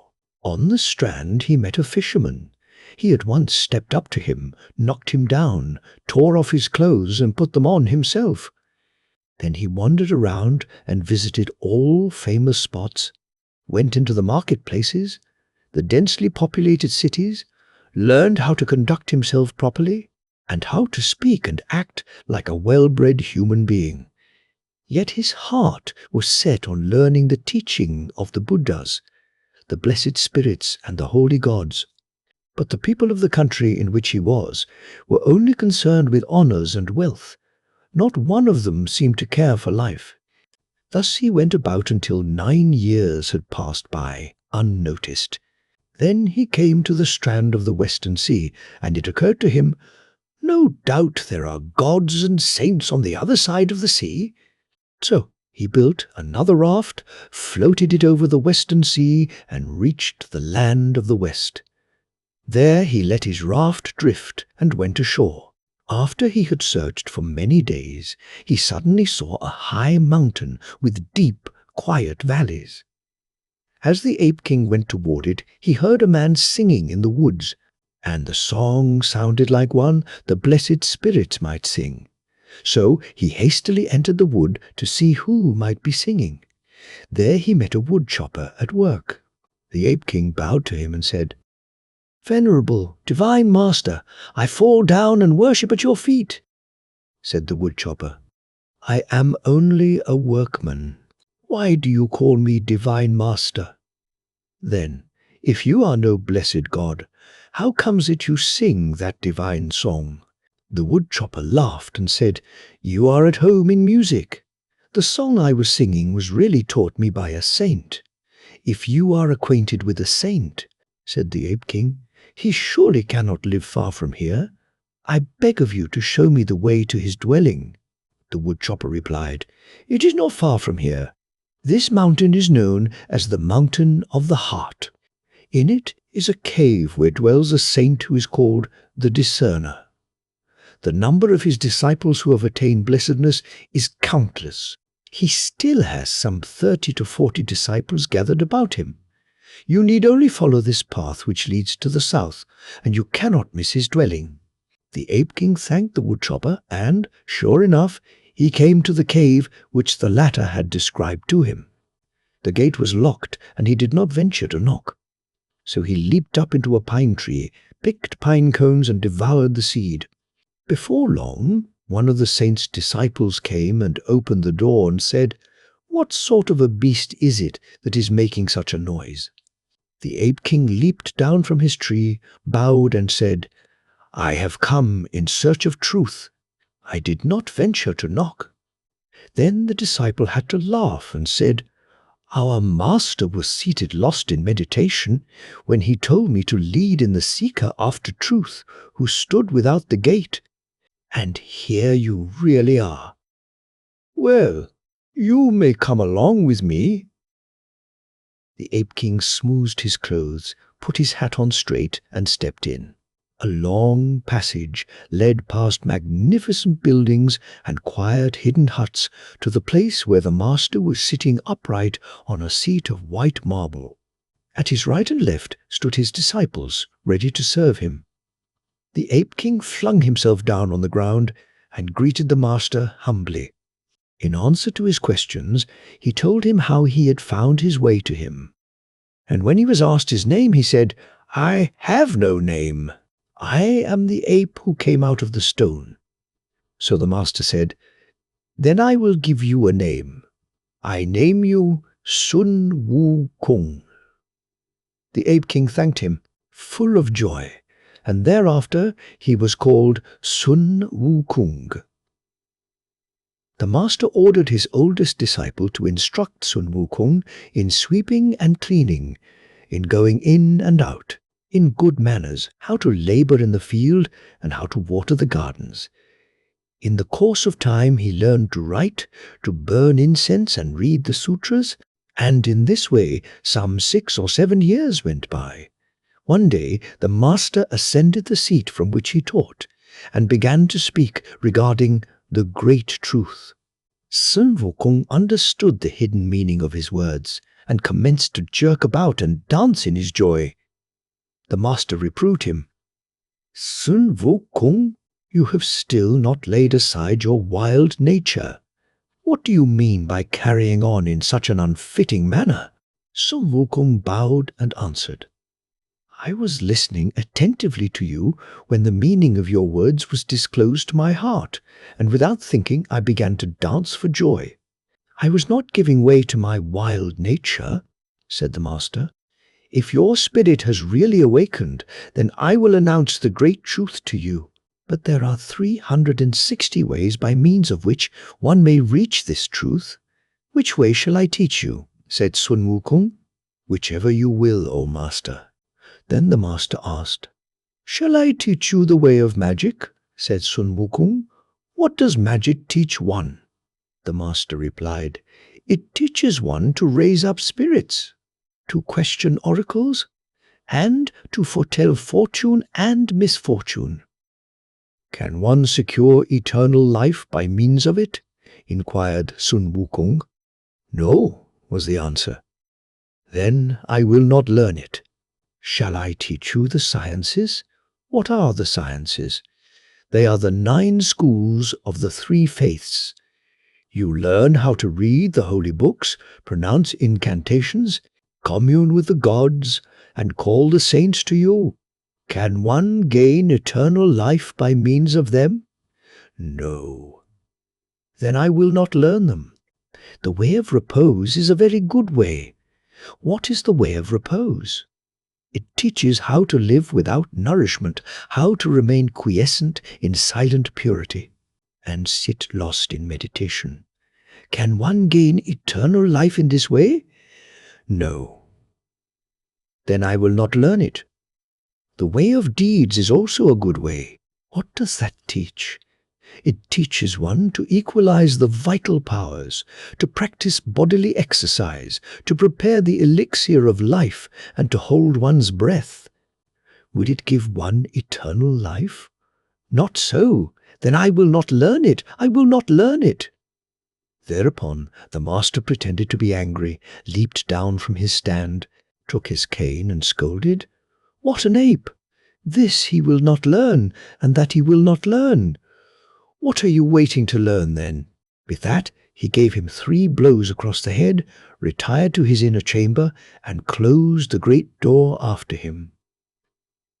The disciples were greatly excited and overwhelmed Sun Wukong with reproaches. Yet the latter paid no attention to them, but smiled quietly to himself, for he had understood the riddle which the master had given him to solve, and in his heart he thought, "His striking me over the head 3 times meant that I was to be ready at the 3rd watch of the night. His withdrawing to his inner chamber and closing the great door after him meant that I was to go in to him by the back door, and that he would make clear the great truth to me in secret." Accordingly, he waited until evening and made a pretense of lying down to sleep with the other disciples. But when the 3rd watch of the night had come, he rose softly and crept to the back door. Sure enough, it stood ajar. He slipped in and stepped before the master's bed. The master was sleeping with his face turned toward the wall, and the ape did not venture to wake him, but knelt down in front of the bed. After a time the master turned around and hummed a stanza to himself. "A hard, hard grind, truth's lesson to expound. One talks oneself deaf, dumb and blind, unless the right man's found." Then Sun Wukong replied, "I am waiting here reverentially." The master flung on his clothes, sat up in bed and said harshly, "Accursed ape! Why are you not asleep? What are you doing here?" Sun Wukong answered, "Yet you pointed out to me yesterday that I was to come to you at the 3rd watch of the night, by the back door, in order to be instructed in the truth. Therefore I have ventured to come. If you will teach me in the fullness of your grace, I will be eternally grateful to you." Thought the master to himself, "There is real intelligence in this ape's head to have made him understand me so well." Then he replied, "Sun Wukong, it shall be granted you. I will speak freely with you. Come quite close to me, and then I will show you the way to eternal life." With that he murmured into his ear a divine, magical incantation to further the concentration of his vital powers, and explained the hidden knowledge word for word. Sun Wukong listened to him eagerly, and in a short time had learned it by heart. Then he thanked his teacher, went out again, and lay down to sleep. From that time forward he practiced the right mode of breathing, kept guard over his soul and spirit, and tamed the natural instincts of his heart. And while he did so, 3 more years passed by. Then the task was completed. One day the master said to him, "3 great dangers still threaten you. Every one who wishes to accomplish something out of the ordinary is exposed to them, for he is pursued by the envy of demons and spirits. And only those who can overcome these 3 great dangers live as long as the heavens." Then Sun Wukong was frightened and asked, "Is there any means of protection against these dangers?" Then the master again murmured a secret incantation into his ear, by means of which he gained the power to transform himself 72 times. And when no more than a few days had passed, Sun Wukong had learned the art. One day the master was walking before the cave in the company of his disciples. He called Sun Wukong up to him and asked, "What progress have you made with your art? Can you fly already?" "Yes, indeed," said the ape. "Then let me see you do so." The ape leaped into the air to a distance of 5 or 6 feet from the ground. Clouds formed beneath his feet, and he was able to walk on them for several 100 yards. Then he was forced to drop down to earth again, the master said with a smile. "I call that crawling around on the clouds, not floating on them, as do the gods and saints who fly over the whole world in a single day. I will teach you the magic incantation for turning somersaults on the clouds. If you turn one of those somersaults, you advance 18,000 miles at a clip." Sun Wukong thanked him, full of joy, and from that time on, he was able to move without limitation of space in any direction. One day, Sun Wukong was sitting together with the other disciples under the pine tree by the gate, discussing the secrets of their teachings. Finally, they asked him to show them some of his transforming arts. Sun Wukong could not keep his secret to himself and agreed to do so. With a smile, he said, "Just set me a task. What do you wish me to change myself into?" They said, "Turn yourself into a pine tree." So Sun Wukong murmured a magic incantation, turned around, and there stood a pine tree before their very eyes. At this they all broke out into a horse laugh. The master heard the noise and came out of the gate, dragging his cane behind him. "Why are you making such a noise?" he called out to them harshly. Said they, "Sun Wukong has turned himself into a pine tree, and this made us laugh." "Sun Wukong, come here," said the master. "Now, just tell me what tricks you are up to. Why do you have to turn yourself into a pine tree? All the work you have done means nothing more to you than a chance to make magic for your companions to wonder at. That shows that your heart is not yet under control." Humbly Sun Wukong begged his forgiveness, but the master said, "I bear you no ill will, but you must go away." With tears in his eyes, Sun Wukong asked him, "But where shall I go?" "You must go back again whence you came," said the master. And when Sun Wukong sadly bade him farewell, he threatened him. "Your savage nature is sure to bring down evil upon you some time. You must tell no one that you are my pupil. If you so much as breathe a word about it, I will fetch your soul and lock it up in the nethermost hell, so that you cannot escape for 1,000 eternities." Sun Wukong replied, "I will not say a word. I will not say a word." Then he once more thanked him for all the kindness shown him, turned a somersault, and climbed up to the clouds. Within the hour he had passed the seas and saw the mountain of flowers and fruits lying before him.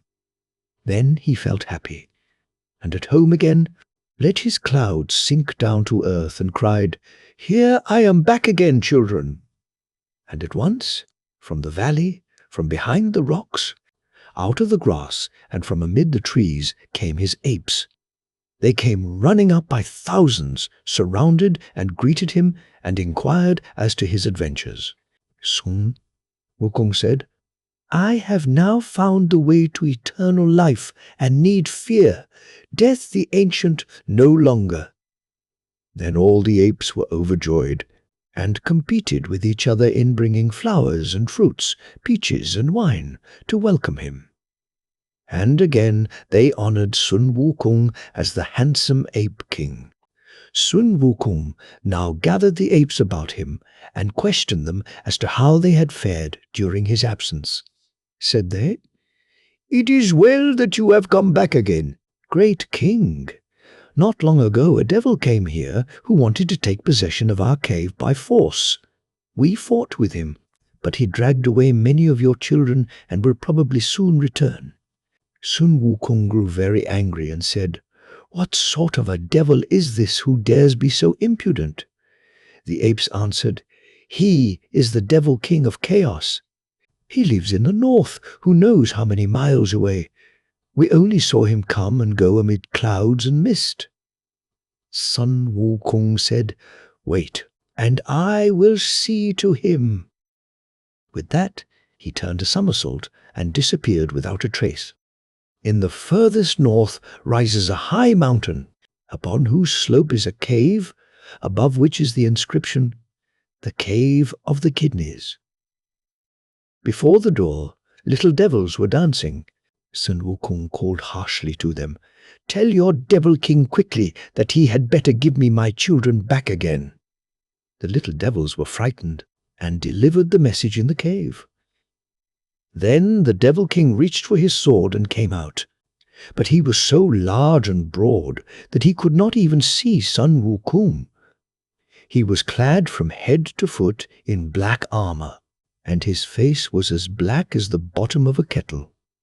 Sun Wukong shouted at him, "Accursed devil, where are your eyes, that you cannot see the venerable sun?" Then the devil looked to the ground and saw a stone ape standing before him bareheaded, dressed in red, with a yellow girdle and black boots. So the devil king laughed and said, "You are not even 4 feet high, less than 30 years of age and weaponless, and yet you venture to make such a commotion." Said Sun Wukong, "I am not too small for you, and I can make myself large at will. You scorn me because I am without a weapon, but my 2 fists can thresh to the very skies." With that he stooped, clenched his fists, and began to give the devil a beating. The devil was large and clumsy, but Sun Wukong leaped about nimbly. He struck him between the ribs and between the wind, and his blows fell ever more fast and furious. In his despair the devil raised his great knife and aimed a blow at Sun Wukong's head. But the latter avoided the blow and fell back on his magic powers of transformation. He pulled out a hair, put it in his mouth, chewed it, spat it out into the air and said, "Transform yourself." And at once it turned into many hundreds of little apes who began to attack the devil. Sun Wukong, be it said, had 84,000 hairs on his body, every single one of which he could transform. The little apes with their sharp eyes leaped around with the greatest rapidity. They surrounded the Devil King on all sides, tore at his clothes, and pulled at his legs until he finally measured his length on the ground. Then Sun Wukong stepped up, tore his knife from his hand, and put an end to him. After that, he entered the cave and released his captive children, the apes. The transformed hares he drew to him again, and making a fire, he burned the evil cave to the ground.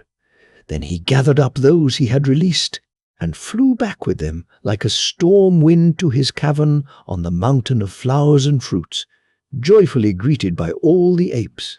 After Sun Wukong had obtained possession of the Devil King's great knife, he exercised his apes every day. They had wooden swords and lances of bamboo, and played their martial music on reed pipes. He had them build a camp so that they would be prepared for all dangers. Suddenly the thought came to Sun Wukong, "If we go on this way, perhaps we may incite some human or animal king to fight with us, and then we would not be able to withstand him with our wooden swords and bamboo lances."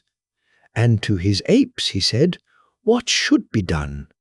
4 baboons stepped forward and said, "In the capital city of the Aulai Empire there are warriors without number, and there coppersmiths and steelsmiths are also to be found.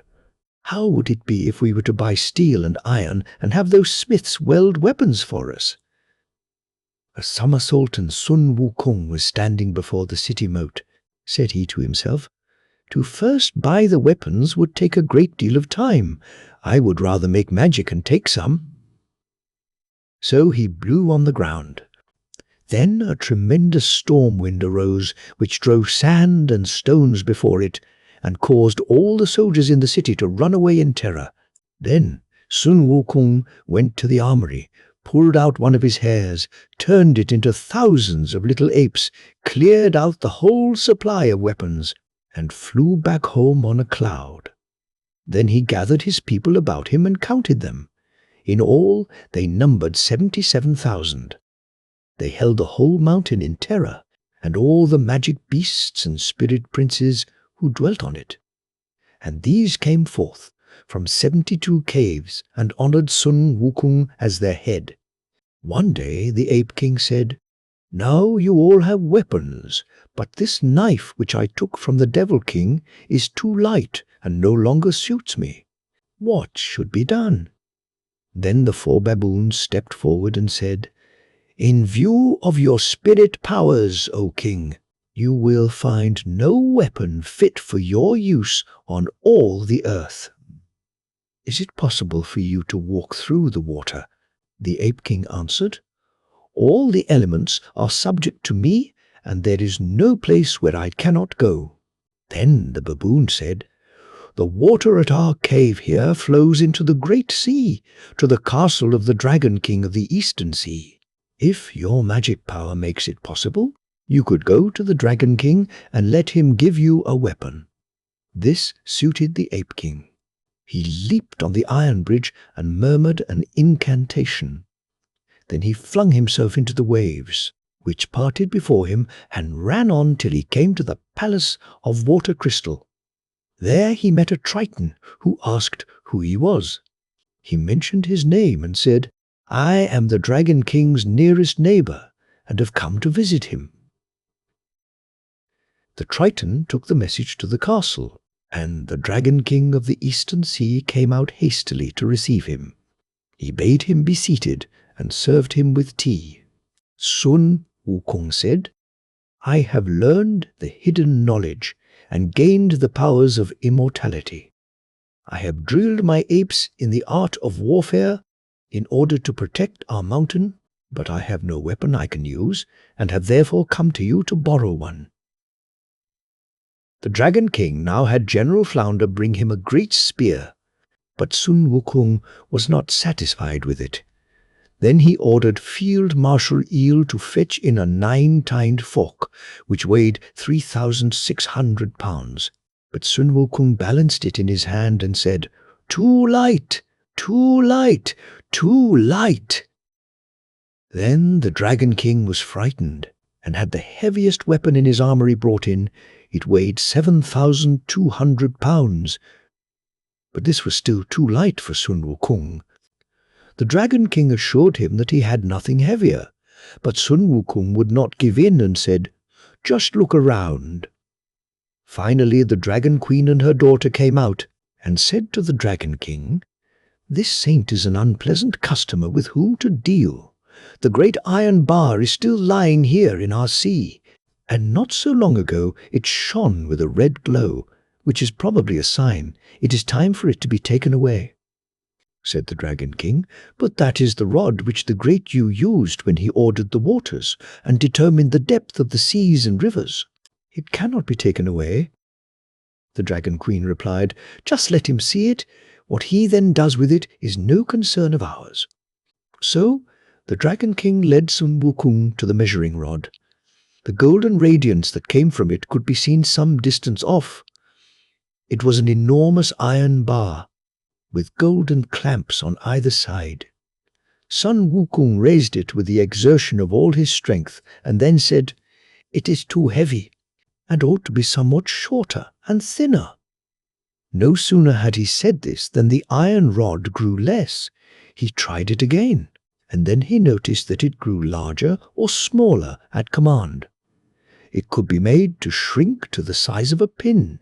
Sun Wukong was overjoyed and beat about in the sea with the rod, which he had let grow large again, till the waves spurted mountain high and the dragon castle rocked on its foundations. The Dragon King trembled with fright, and all his tortoises, fishes, and crabs drew in their heads. Sun Wukong laughed and said, "Many thanks for the handsome present." Then he continued, "Now I have a weapon, it is true, but as yet I have no armor. Rather than hunt up 2 or 3 other households, I think you will be willing to provide me with a suit of mail." The Dragon King told him that he had no armor to give him. Then the ape said, "I will not leave until you have obtained one for me." And once more he began to swing his rod. "Do not harm me," said the terrified Dragon King. "I will ask my brothers." And he had them beat the iron drum and strike the golden gong. And in a moment's time all the Dragon King's brothers came from all the other seas. The Dragon King talked to them in private and said, "This is a terrible fellow, and we must not rouse his anger. First he took the rod with the golden clamps from me, and now he also insists on having a suit of armor. The best thing to do would be to satisfy him at once, and complain of him to the Lord of the Heavens later." So the brothers brought a magic suit of golden mail, magic boots, and a magic helmet. Then Sun Wukong thanked them and returned to his cave. Radiantly he greeted his children, who had come to meet him, and showed them the rod with the golden clamps. They all crowded up and wished to pick it up from the ground, if only a single time. But it was just as though a dragonfly had attempted to overthrow a stone column, or an ant were trying to carry a great mountain. It would not move a hair's breadth. Then the apes opened their mouths and stuck out their tongues and said, "Father, how is it possible for you to carry that heavy thing?" So he told them the secret of the rod and showed them its effects. Then he set his empire in order and appointed the 4 baboons field marshals, and the 7 beast spirits, the ox spirit, the dragon spirit, the bird spirit, the lion spirit, and the rest also joined him. One day he took a nap after dinner. Before he did so, he had let the bar shrink and had stuck it in his ear. While he was sleeping, he saw 2 men come along in his dream, who had a card on which was written, "Shungu Kong."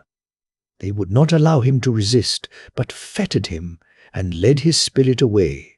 And when they reached a great city, the Ape King gradually came to himself. Over the city gate he saw a tablet of iron on which was engraved in large letters, "The Netherworld." Then all was suddenly clear to him, and he said, "Why, this must be the dwelling place of death. But I have long since escaped from his power, and how dare he have me dragged here?" The more he reflected, the wilder he grew. He drew out the golden rod from his ear, swung it and let it grow large. Then he crushed the 2 constables to mush, burst his fetters, and rolled his bar before him into the city. The 10 princes of the dead were frightened, bowed before him and asked, "Who are you?" Sun Wukong answered, "If you do not know me, then why did you send for me and have me dragged to this place? I am the heaven-born son Sun Wukong of the mountain of flowers and fruits. And now, who are you? Tell me your names quickly, or I will strike you." The 10 princes of the dead humbly gave him their names. Sun Wukong said, "I, the venerable sun, have gained the power of eternal life." "You have nothing to say to me. Quick, let me have the book of life." They did not dare defy him, and had the scribe bring in the book. Sun Wukong opened it. Under the head of apes, no. 1350 he read, "Sun Wukong, the heaven-born stone ape. His years shall be 324. Then he shall die without illness." Sun Wukong took the brush from the table and struck out the whole ape family from the book of life, threw the book down and said, "Now we are even. From this day on, I will suffer no impertinences from you." With that, he cleared a way for himself out of the netherworld by means of his rod, and the 10 princes of the dead did not venture to stay him, but only complained of him afterward to the Lord of the Heavens. When Sun Wukong had left the city, he slipped and fell to the ground. This caused him to wake, and he noticed he had been dreaming. He called his 4 baboons to him and said, "Splendid, splendid! I was dragged to Death's castle, and I caused considerable uproar there. I had them give me the book of life, and I struck out the mortal hour of all the apes. And after that time, the apes on the mountain no longer died, because their names had been stricken out in the netherworld. But the Lord of the Heavens sat in his castle, and had all his servants assembled about him. And a saint stepped forward and presented the complaint of the Dragon King of the Eastern Sea. And another stepped forward and presented the complaint of the 10 princes of the dead. The Lord of the Heavens glanced through the 2 memorials. Both told of the wild, unmannerly conduct of Sun Wukong. So the Lord of the Heavens ordered a god to descend to earth and take him prisoner. The evening star came forward, however, and said, "This ape was born of the purest powers of heaven and earth and sun and moon. He has gained the hidden knowledge and has become an immortal. Recall, O Lord, your great love for all that which has life, and forgive him his sin. Issue an order that he be called up to the heavens and be given a charge here, so that he may come to his senses. Then, if he again oversteps your commands, let him be punished without mercy." The Lord of the Heavens was agreeable, had the order issued, and told the evening star to take it to Sun Wukong. The evening star mounted a colored cloud and descended on the mountain of flowers and fruits. He greeted Sun Wukong and said to him, "The Lord had heard of your actions and meant to punish you. I am the evening star of the western skies, and I spoke for you. Therefore he has commissioned me to take you to the skies, so that you may be given a charge there." Sun Wukong was overjoyed and answered, "I had just been thinking I ought to pay heaven a visit sometime. And sure enough, old star, here you have come to fetch me." Then he had his 4 baboons come, and said to them impressively, "See that you take good care of our mountain. I am going up to the heavens to look around there a little." Then he mounted a cloud together with the evening star and floated up, but he kept turning his somersaults and advanced so quickly that the evening star on his cloud was left behind. Before he knew it, he had reached the southern gate of heaven and was about to step carelessly through. The gatekeeper did not wish to let him enter, but he did not let this stop him. In the midst of their dispute, the evening star came up and explained matters, and then he was allowed to enter the heavenly gate. When he came to the castle of the Lord of the Heavens, he stood upright before it, without bowing his head. The Lord of the Heavens asked, "Then this hairy face with the pointed lips is Sun Wukong?" He replied, "Yes, I am the venerable Sun." All the servants of the Lord of the Heavens were shocked and said, "This wild ape does not even bow, and goes so far as to call himself the venerable Sun. His crime deserves 1,000 deaths." But the Lord said, "He has come up from the earth below and is not as yet used to our rules. We will forgive him." Then he gave orders that a charge be found for him. The marshal of the heavenly court reported, "There is no charge vacant anywhere, but an official is needed in the heavenly stables." Thereupon the Lord made him stable master of the heavenly steeds. Then the servants of the Lord of the Heavens told him he should give thanks for the grace bestowed on him. Sun Wukong called out aloud, "Thanks to command," took possession of his certificate of appointment, and went to the stables in order to enter upon his new office. Sun Wukong attended to his duties with great zeal.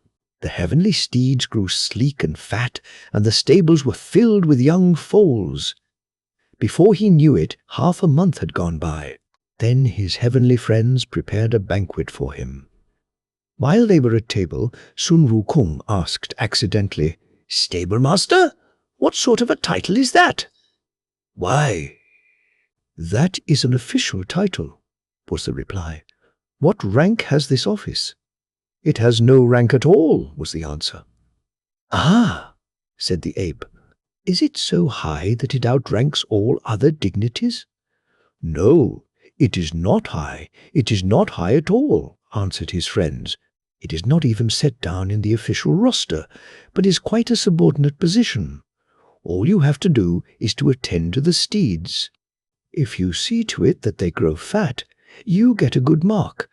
But if they grow thin or ill or fall down, your punishment will be right at hand." Then the Ape King grew angry. "What? They treat me, the venerable Sun, in such a shameful way." And he started up. "On my mountain I was a king. I was a father. What need was there for him to lure me into his heaven to feed horses? I'll do it no longer. I'll do it no longer. Hola!" And he had already overturned the table, drawn the rod with the golden clamps from his ear, let it grow large, and beat a way out for himself to the southern gate of heaven. And no one dared stop him. Already he was back in his island. Mountain and his people surrounded him and said, "You have been gone for more than 10 years, great king. How is it you do not return to us until now?" The Ape King said, "I did not spend more than about 10 days in heaven. This Lord of the Heavens does not know how to treat his people. He made me his stable master, and I had to feed his horses. I am so ashamed that I am ready to die. But I did not put up with it, and now I am here once more." His apes eagerly prepared a banquet to comfort him. While they sat at table, 2 horned devil kings came and brought him a yellow imperial robe as a present. Filled with joy, he slipped into it and appointed the 2 devil kings leaders of the vanguard. They thanked him and began to flatter him. "With your power and wisdom, great king, why should you have to serve the Lord of the Heavens? To call you the great saint who is heaven's equal would be quite in order." The ape was pleased with this speech and said, "Good, good." Then he ordered his 4 baboons to have a flag made quickly, on which was to be inscribed, "The great Saint Hu is heaven's equal." And from that time on, he had himself called by that title. When the Lord of the Heavens learned of the flight of the ape, he ordered Li Dishin, the pagoda-bearing god, and his 3rd son, Notscha, to take the Ape King prisoner. They sallied forth at the head of a heavenly warrior host, laid out a camp before his cave, and sent a brave warrior to challenge him to single combat. But he was easily beaten by Sun Wukong and obliged to flee. And Sun Wukong even shouted after him, laughing, "What a bag of wind! And he calls himself a heavenly warrior. I'll not slay you. Run along quickly and send me a better man." When Notscha saw this, he himself hurried up to do battle. Said Sun Wukong to him, "To whom do you belong, little one? You must not play around here, for something might happen to you." But Notscha cried out in a loud voice, "Accursed ape! I am Prince Notscha, and have been ordered to take you prisoner." And with that he swung his sword in the direction of Sun Wukong.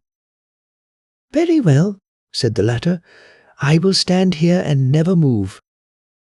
Then Notscha grew very angry, and turned into a 3-headed god with 6 arms, in which he held 6 different weapons. Thus he rushed on to the attack. Sun Wukong laughed. "The little fellow knows the trick of it. But easy, wait a bit. I will change shape too." And he also turned himself into a figure with 3 heads and with 6 arms, and swung 3 gold clamp rods. And thus they began to fight. Their blows rained down with such rapidity that it seemed as though thousands of weapons were flying through the air. After 30 rounds, the combat had not yet been decided. Then Sun Wukong hit upon an idea. He secretly pulled out one of his hairs, turned it into his own shape, and let it continue the fight with Notscha. He himself, however, slipped behind Notscha and gave him such a blow on the left arm with his rod that his knees gave way beneath him with pain, and he had to withdraw in defeat. So Notscha told his father Li Dishing, "This devil ape is altogether too powerful. I cannot get the better of him." There was nothing left to do but to return to the heavens and admit their overthrow. The Lord of the Heavens bowed his head and tried to think of some other hero whom he might send out. Then the evening star once more came forward and said, "This ape is so strong and so courageous that probably not one of us here is a match for him." He revolted because the office of stablemaster appeared too lowly for him. The best thing would be to temper justice with mercy, let him have his way, and appoint him Great Saint Hu, is heaven's equal. It will only be necessary to give him the empty title, without combining a charge with it, and then the matter would be settled. The Lord of the Heavens was satisfied with this suggestion, and once more sent the evening star to summon the new saint. When Sun Wukong heard that he had arrived, he said. "The old evening star is a good fellow," and he had his army draw up in line to give him a festive reception.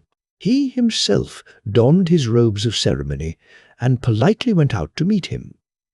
Then the evening star told him what had taken place in the heavens, and that he had his appointment as great saint. Who is heaven's equal with him? Thereupon the great saint laughed and said, "You also spoke in my behalf before, old star, and now you have again taken my part. Many thanks, many thanks." Then, when they appeared together in the presence of the Lord of the heavens, the latter said, "The rank of great saint, who is heaven's equal, is very high.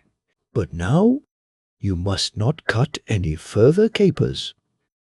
The great saint expressed his thanks, and the Lord of the heavens ordered 2 skilled architects to build a castle for him, east of the peach garden of the Queen Mother of the West, and he was led into it with all possible honors. Now the saint was in his element. He had all that heart could wish for, and was untroubled by any work. He took his ease, walked about in the heavens as he chose, and paid visits to the gods. The 3 pure ones and the 4 rulers he treated with some little respect, but the planetary gods and the lords of the 28 houses of the moon and of the 12 zodiac signs and the other stars he addressed familiarly with a "Hey, you!" Thus he idled day by day without occupation among the clouds of the heavens. On one occasion, one of the wise said to the Lord of the heavens, "The holy sun is idle while day follows day." It is to be feared that some mischievous thoughts may occur to him, and it might be better to give him some charge. So the Lord of the heavens summoned the great saint and said to him, "The life-giving peaches in the garden of the Queen Mother will soon be ripe. I give you the charge of watching over them. Do your duty conscientiously." This pleased the saint, and he expressed his thanks. Then he went to the garden, where the caretakers and gardeners received him on their knees. He asked them, "How many trees in all are there in the garden?" 3,600, replied the gardener. "There are 1,200 trees in the foremost row. They have red blossoms and bear small fruit, which ripens every 3,000 years. Whoever eats it grows bright and healthy. The 1,200 trees in the middle row have double blossoms and bear sweet fruit, which ripens every 6,000 years. Whoever eats of it is able to float in the rose dawn without aging. The 1,200 trees in the last row bear red-striped fruit with small pits. They ripen every 9,000 years. Whoever eats their fruit lives eternally, as long as the heavens themselves, and remains untouched for thousands of eons." The saint heard all this with pleasure. He checked up the lists, and from that time on appeared every day or so to see to things. The greater part of the peaches in the last row were already ripe. When he came to the garden, he would on each occasion send away the caretakers and gardeners under some pretext, leap up into the trees, and gorge himself to his heart's content with the peaches.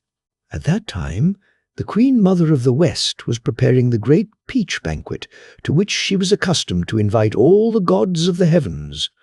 She sent out the fairies in their garments of 7 colors, with baskets, that they might pick the peaches. The caretaker said to them, "The garden has now been entrusted to the guardianship of the great saint, who is heaven's equal, so you will first have to announce yourselves to him."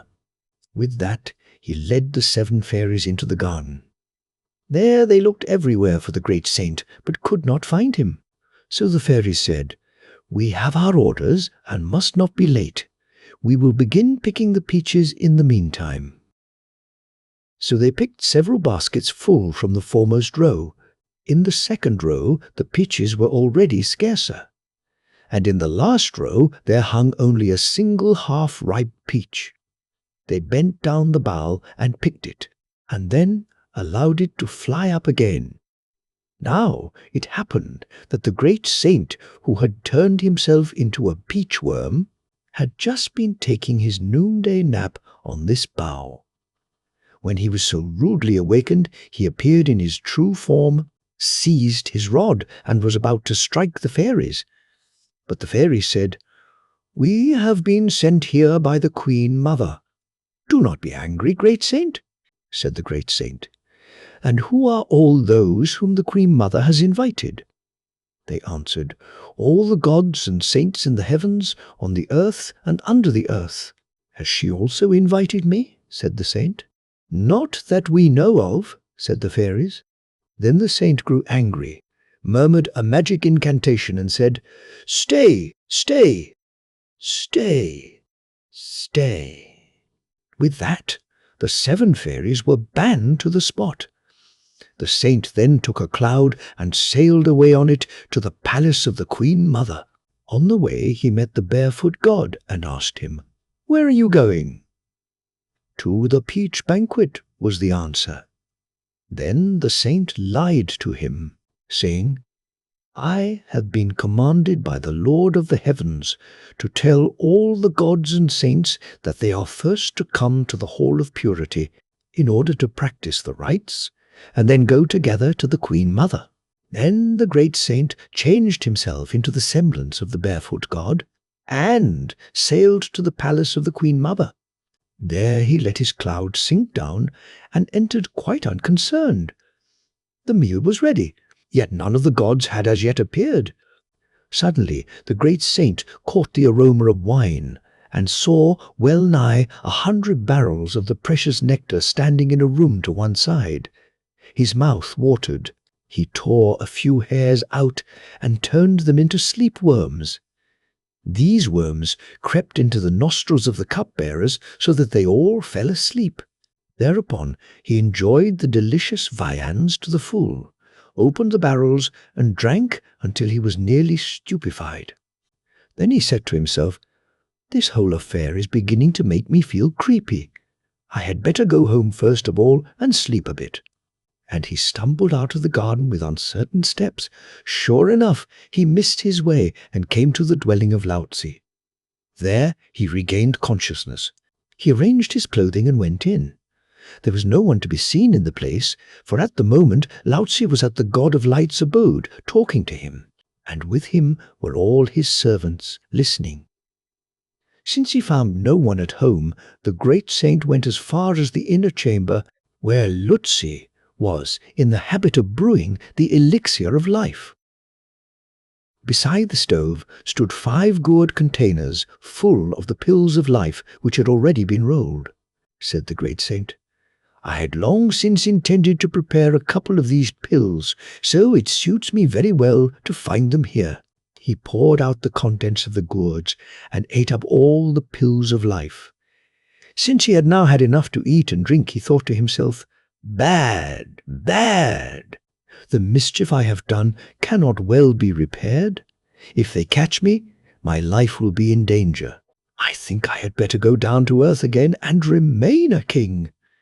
With that, he made himself invisible, went out at the western gate of heaven, and returned to the mountain of flowers and fruits, where he told his people who received him the story of his adventures.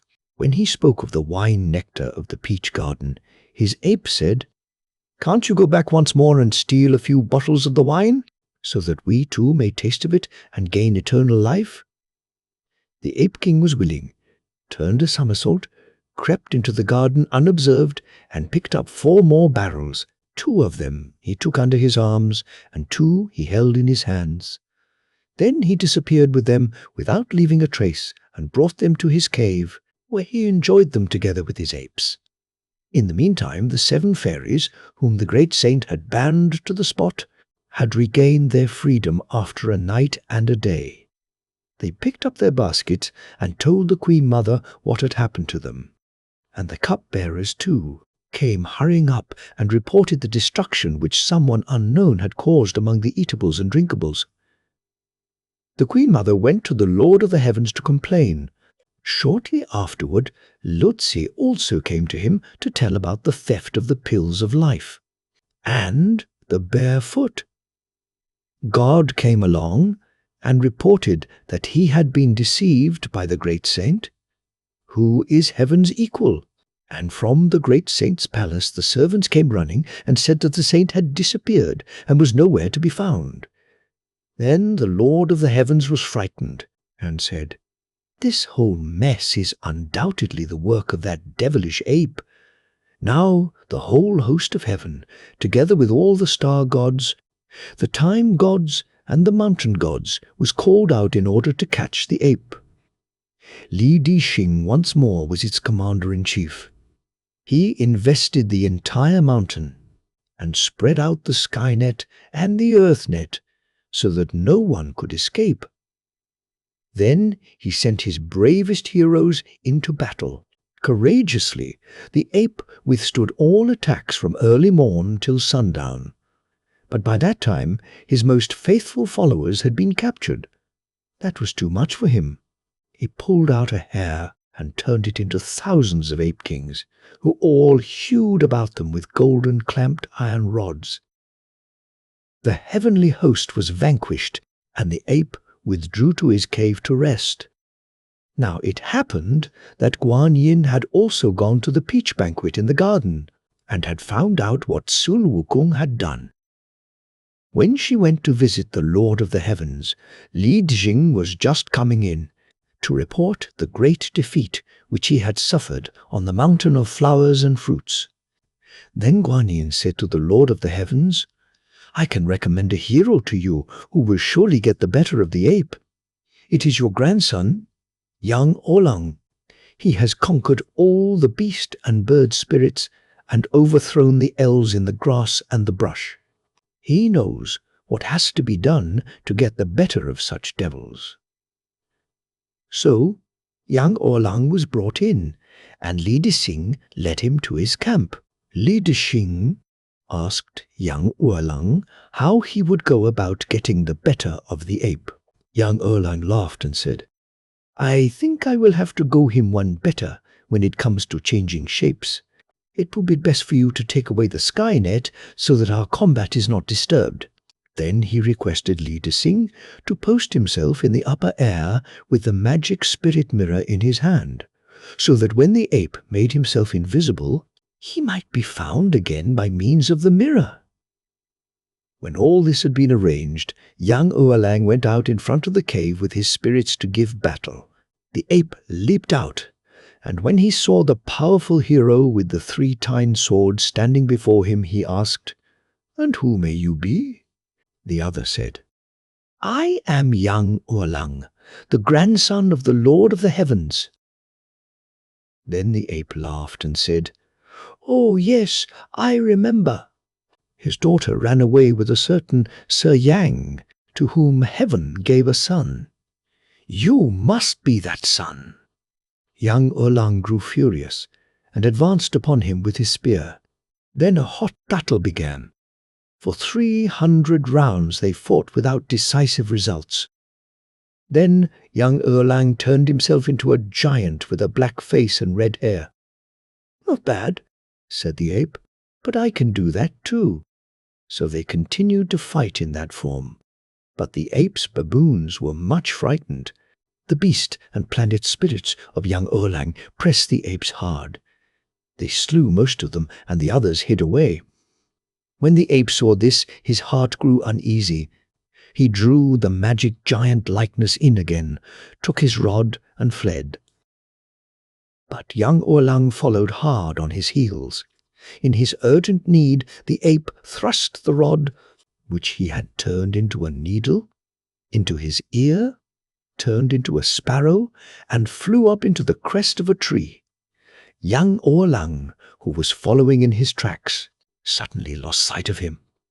But his keen eyes soon recognized that he had turned himself into a sparrow. So he flung away spear and crossbow, turned himself into a sparrowhawk, and darted down on the sparrow. But the latter soared high into the air as a cormorant. Young Olang shook his plumage, turned into a great sea crane, and shot up into the clouds to seize the cormorant. The latter dropped flew into a valley and dove beneath the waters of a brook in the guise of a fish. When young Olang reached the edge of the valley and had lost his trail, he said to himself, "This ape has surely turned himself into a fish or a crab. I will change my form as well in order to catch him." So he turned into a fishhawk and floated above the surface of the water. When the ape in the water caught sight of the fishhawk, he saw that he was young Olang. He swiftly swung around and fled, young Olang in pursuit. When the latter was no further away than the length of a beak, the ape turned, crept ashore as a water snake and hid in the grass. Young Olang, when he saw the water snake creep from the water, turned into an eagle and spread his claws to seize the snake. But the water snake sprang up and turned into the lowest of all birds, a speckled buzzard, and perched on the steep edge of a cliff. When young Olang saw that the ape had turned himself into so contemptible a creature as a buzzard, he would no longer play the game of changing form with him. He reappeared in his original form, took up his crossbow, and shot at the bird. The buzzard slipped and fell down the side of the cliff. At its foot, the ape turned himself into the chapel of a field god. He opened his mouth for a gate. His teeth became the two wings of the door. His tongue, the image of the god, and his eyes the windows. His tail was the only thing he did not know what to do with, so he let it stand up stiffly behind him in the shape of a flagpole. When young Olang reached the foot of the hill, he saw the chapel, whose flagpole stood in the rear. Then he laughed and said, "That ape is really a devil of an ape. He wants to lure me into the chapel in order to bite me, but I will not go in. First I will break his windows for him, and then I will stamp down the wings of his door." When the ape heard this, he was much frightened. He made a bound like a tiger and disappeared without a trace in the air. With a single somersault, he reached Yang Oalang's own temple. There he assumed Yang Oalang's own form and stepped in. The spirits who were on guard were unable to recognize him. They received him on their knees. So the ape then seated himself on the god's throne and had the prayers which had come in submitted to him. When young Olang no longer saw the ape, he rose in the air to Li Dixing and said, "I was vying with the ape in changing shape. Suddenly I could no longer find him. Take a look in the mirror." Li Dixing took a look in the magic spirit mirror, and then he laughed and said, "The ape has turned himself into your likeness. Is sitting in your temple quite at home there and making mischief?" When young Olang heard this, he took his three-tined spear and hastened to his temple. The door spirits were frightened and said, "But father came in only this very minute. How is it that another one comes now?" Young Olang, without paying attention to them, entered the temple and aimed his spear at Sun Wukong. The latter resumed his own shape, laughed and said, "Young sir, you must not be angry. The god of this place is now Sun Wukong." Without uttering a word, young Olang assailed him. Sun Wukong took up his rod and returned the blows. Thus they crowded out of the temple together, fighting, and wrapped in mists and clouds, once more gained the mountain of flowers and fruits. In the meantime, Guan Yin was sitting with Lao Tse, the Lord of the Heavens, and the Queen Mother in the great hall of heaven, waiting for news. When none came, she said, "I will go with Lao Tse to the southern gate of heaven and see how matters stand." And when they saw that the struggle had still not come to an end, she said to Lao Tse, "How would it be if we helped young Olang a little? I will shut up Sun Wukong in my vase." But Lao Tse said, "Your vase is made of porcelain. Sun Wukong could smash it with his iron rod. But I have a circlet of diamonds which can enclose all living creatures. That we can use."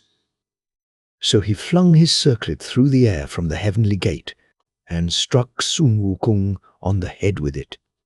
Since he had his hands full fighting, the latter could not guard himself against it, and the blow on the forehead caused him to slip. Yet he rose again and tried to escape, but the heavenly hound of young Orlang bit his leg until he fell to the ground. Then young Orlang and his followers came up and tied him with thongs, and thrust a hook through his collarbone so that he could no longer transform himself. And Laozi took possession of his diamond circlet again, and returned with Guanyin to the Hall of Heaven. Sun Wukong was now brought in triumph, and was condemned to be beheaded. He was then taken to the place of execution, and bound to a post. But all efforts to kill him by means of axe and sword, thunder and lightning were vain. Nothing so much as hurt a hair on his head, said Laozi. It is not surprising. This ape has eaten the peaches, has drunk the nectar, and also swallowed the pills of life. Nothing can harm him. The best thing would be for me to take him along and thrust him into my stove in order to melt the elixir of life out of him again. Then he will fall into dust and ashes. So Sun Wukong's fetters were loosed, and Laozi took him with him, thrust him into his oven, and ordered the boy to keep up a hot fire. But along the edge of the oven were graven the signs of the 8 elemental forces, and when the ape was thrust into the oven, he took refuge beneath the sign of the wind, so that the fire could not injure him, and the smoke only made his eyes smart. He remained in the oven 7 times 7 days. Then Laozi had it open to take a look. As soon as Sun Wukong saw the light shine in, he could no longer bear to be shut up, but leaped out and upset the magic oven. The guards and attendants he threw to the ground, and Laozi himself, who tried to seize him, received such a push that he stuck his legs up in the air like an onion turned upside down. Then Sun Wukong took his rod out of his ear, and without looking where he struck, hewed everything to bits, so that the star gods closed their doors and the guardians of the heavens ran away. He came to the castle of the Lord of the Heavens, and the guardian of the gate with his steel whip was only just in time to hold him back. Then the 36 thunder gods were set at him and surrounded him. Though they could not seize him, the Lord of the Heavens said, "Buddha will know what is to be done. Send for him quickly."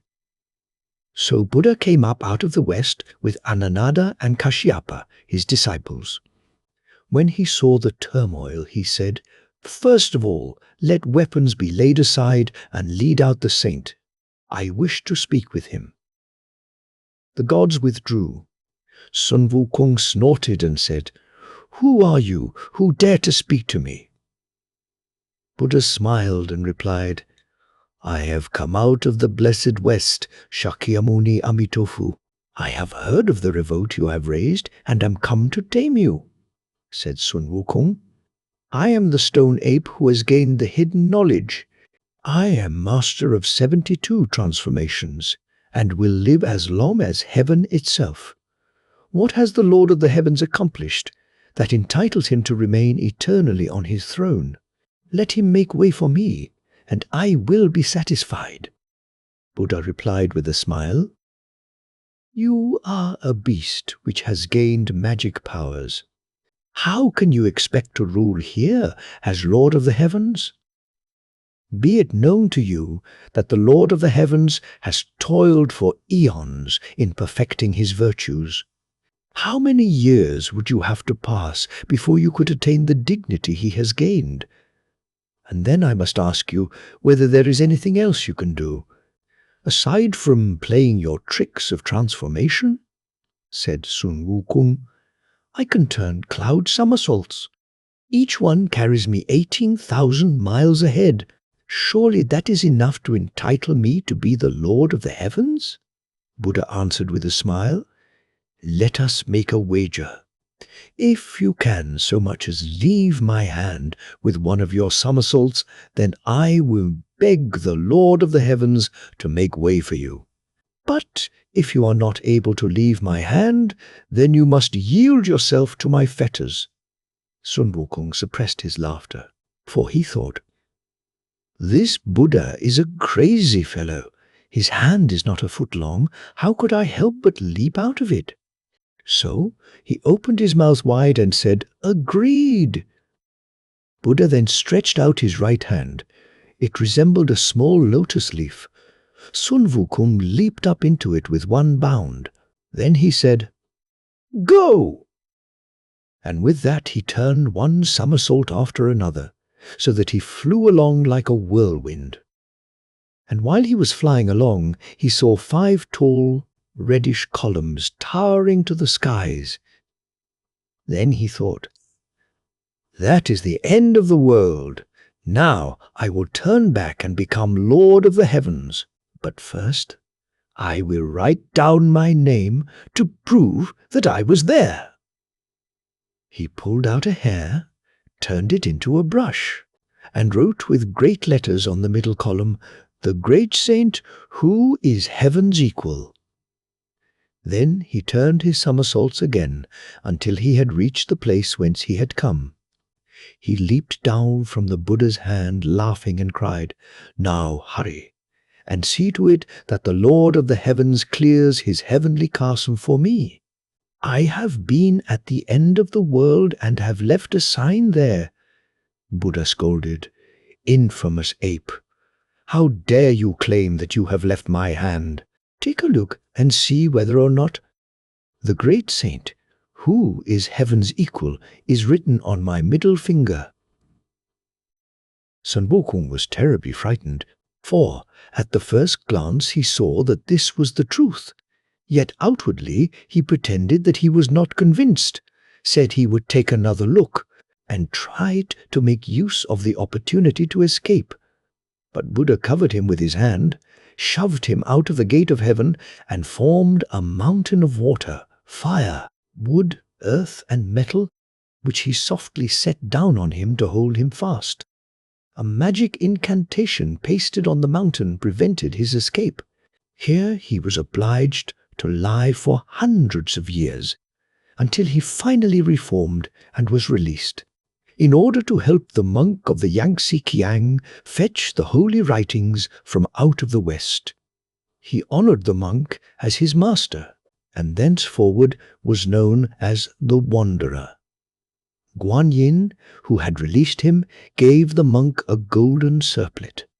Sun Wukong was induced to put it on, and it at once grew into his flesh so that he could not remove it, and Guan Yin gave the monk a magic formula by means of which the ring could be tightened should the ape grow disobedient. But from that time on he was always polite and well-mannered. Note, this tale, like The Pilgrim's Progress, is an allegory, the ape symbolizing the human heart. Yet despite its allegorical character, a number of mythological and fairy tale motives are incorporated in it. The ape himself suggests Hanuman, the companion of Rama. Your Huang is the Lord of the Heavens. The stone ape is the stone heart of natural man. The Buddhas, blessed spirits and gods, represent the ideals of Buddhism, Taoism, and Confucianism. Sun Wukong. In Chinese, apes are called Hu Sun, but the word Hu, having an unlucky meaning, the master chooses Sun as a family name, while at the same time the letter sign is freed from the radical indicating an animal. Wukong, the magic awaking to nothingness, nirvana. The different ways, magic. The way of raising spirits, the sciences, the 3 faiths are Confucianism, Buddhism, and Taoism.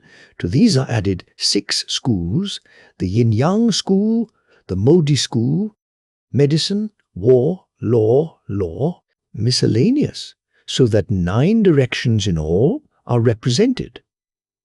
Quiescence is the Taoism for non-activity, while action is the Taoism for care of the body, as inaugurated by Wei Yang, the devil king of chaos, i.e. sensuality, whose seat is supposed to be in kidneys. Red garments, colors, here all have an allegorical meaning. Death, i.e. Yama.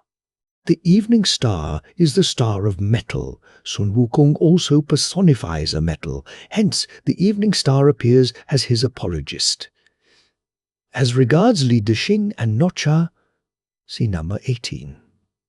As regards the Queen, Mother of the West, see number 15. As regards Yang Olang, see number 17. Guan Yin is generally worshipped throughout China as the feminine goddess. The motive of the magic flight is found frequently in fairy tales the world over. Guan Yin is often represented holding a vase, Bo Ping. Lao-Tzu's circlet or ring is the Tao. The 8 elemental powers, i.e. Bagua. Buddha, while Sun Wukong is equipped to struggle against all external powers, he is conquered by Buddha, who does not combat him, but subdues him by his omnipresence. The monk of the Yangtze Kiang is Huan Deshuang, see number 69. The circlet or ring, which can be made tighter when the ape does not obey, reappears in Hauff's fairy tale of The Young Englishman as a cravat. End.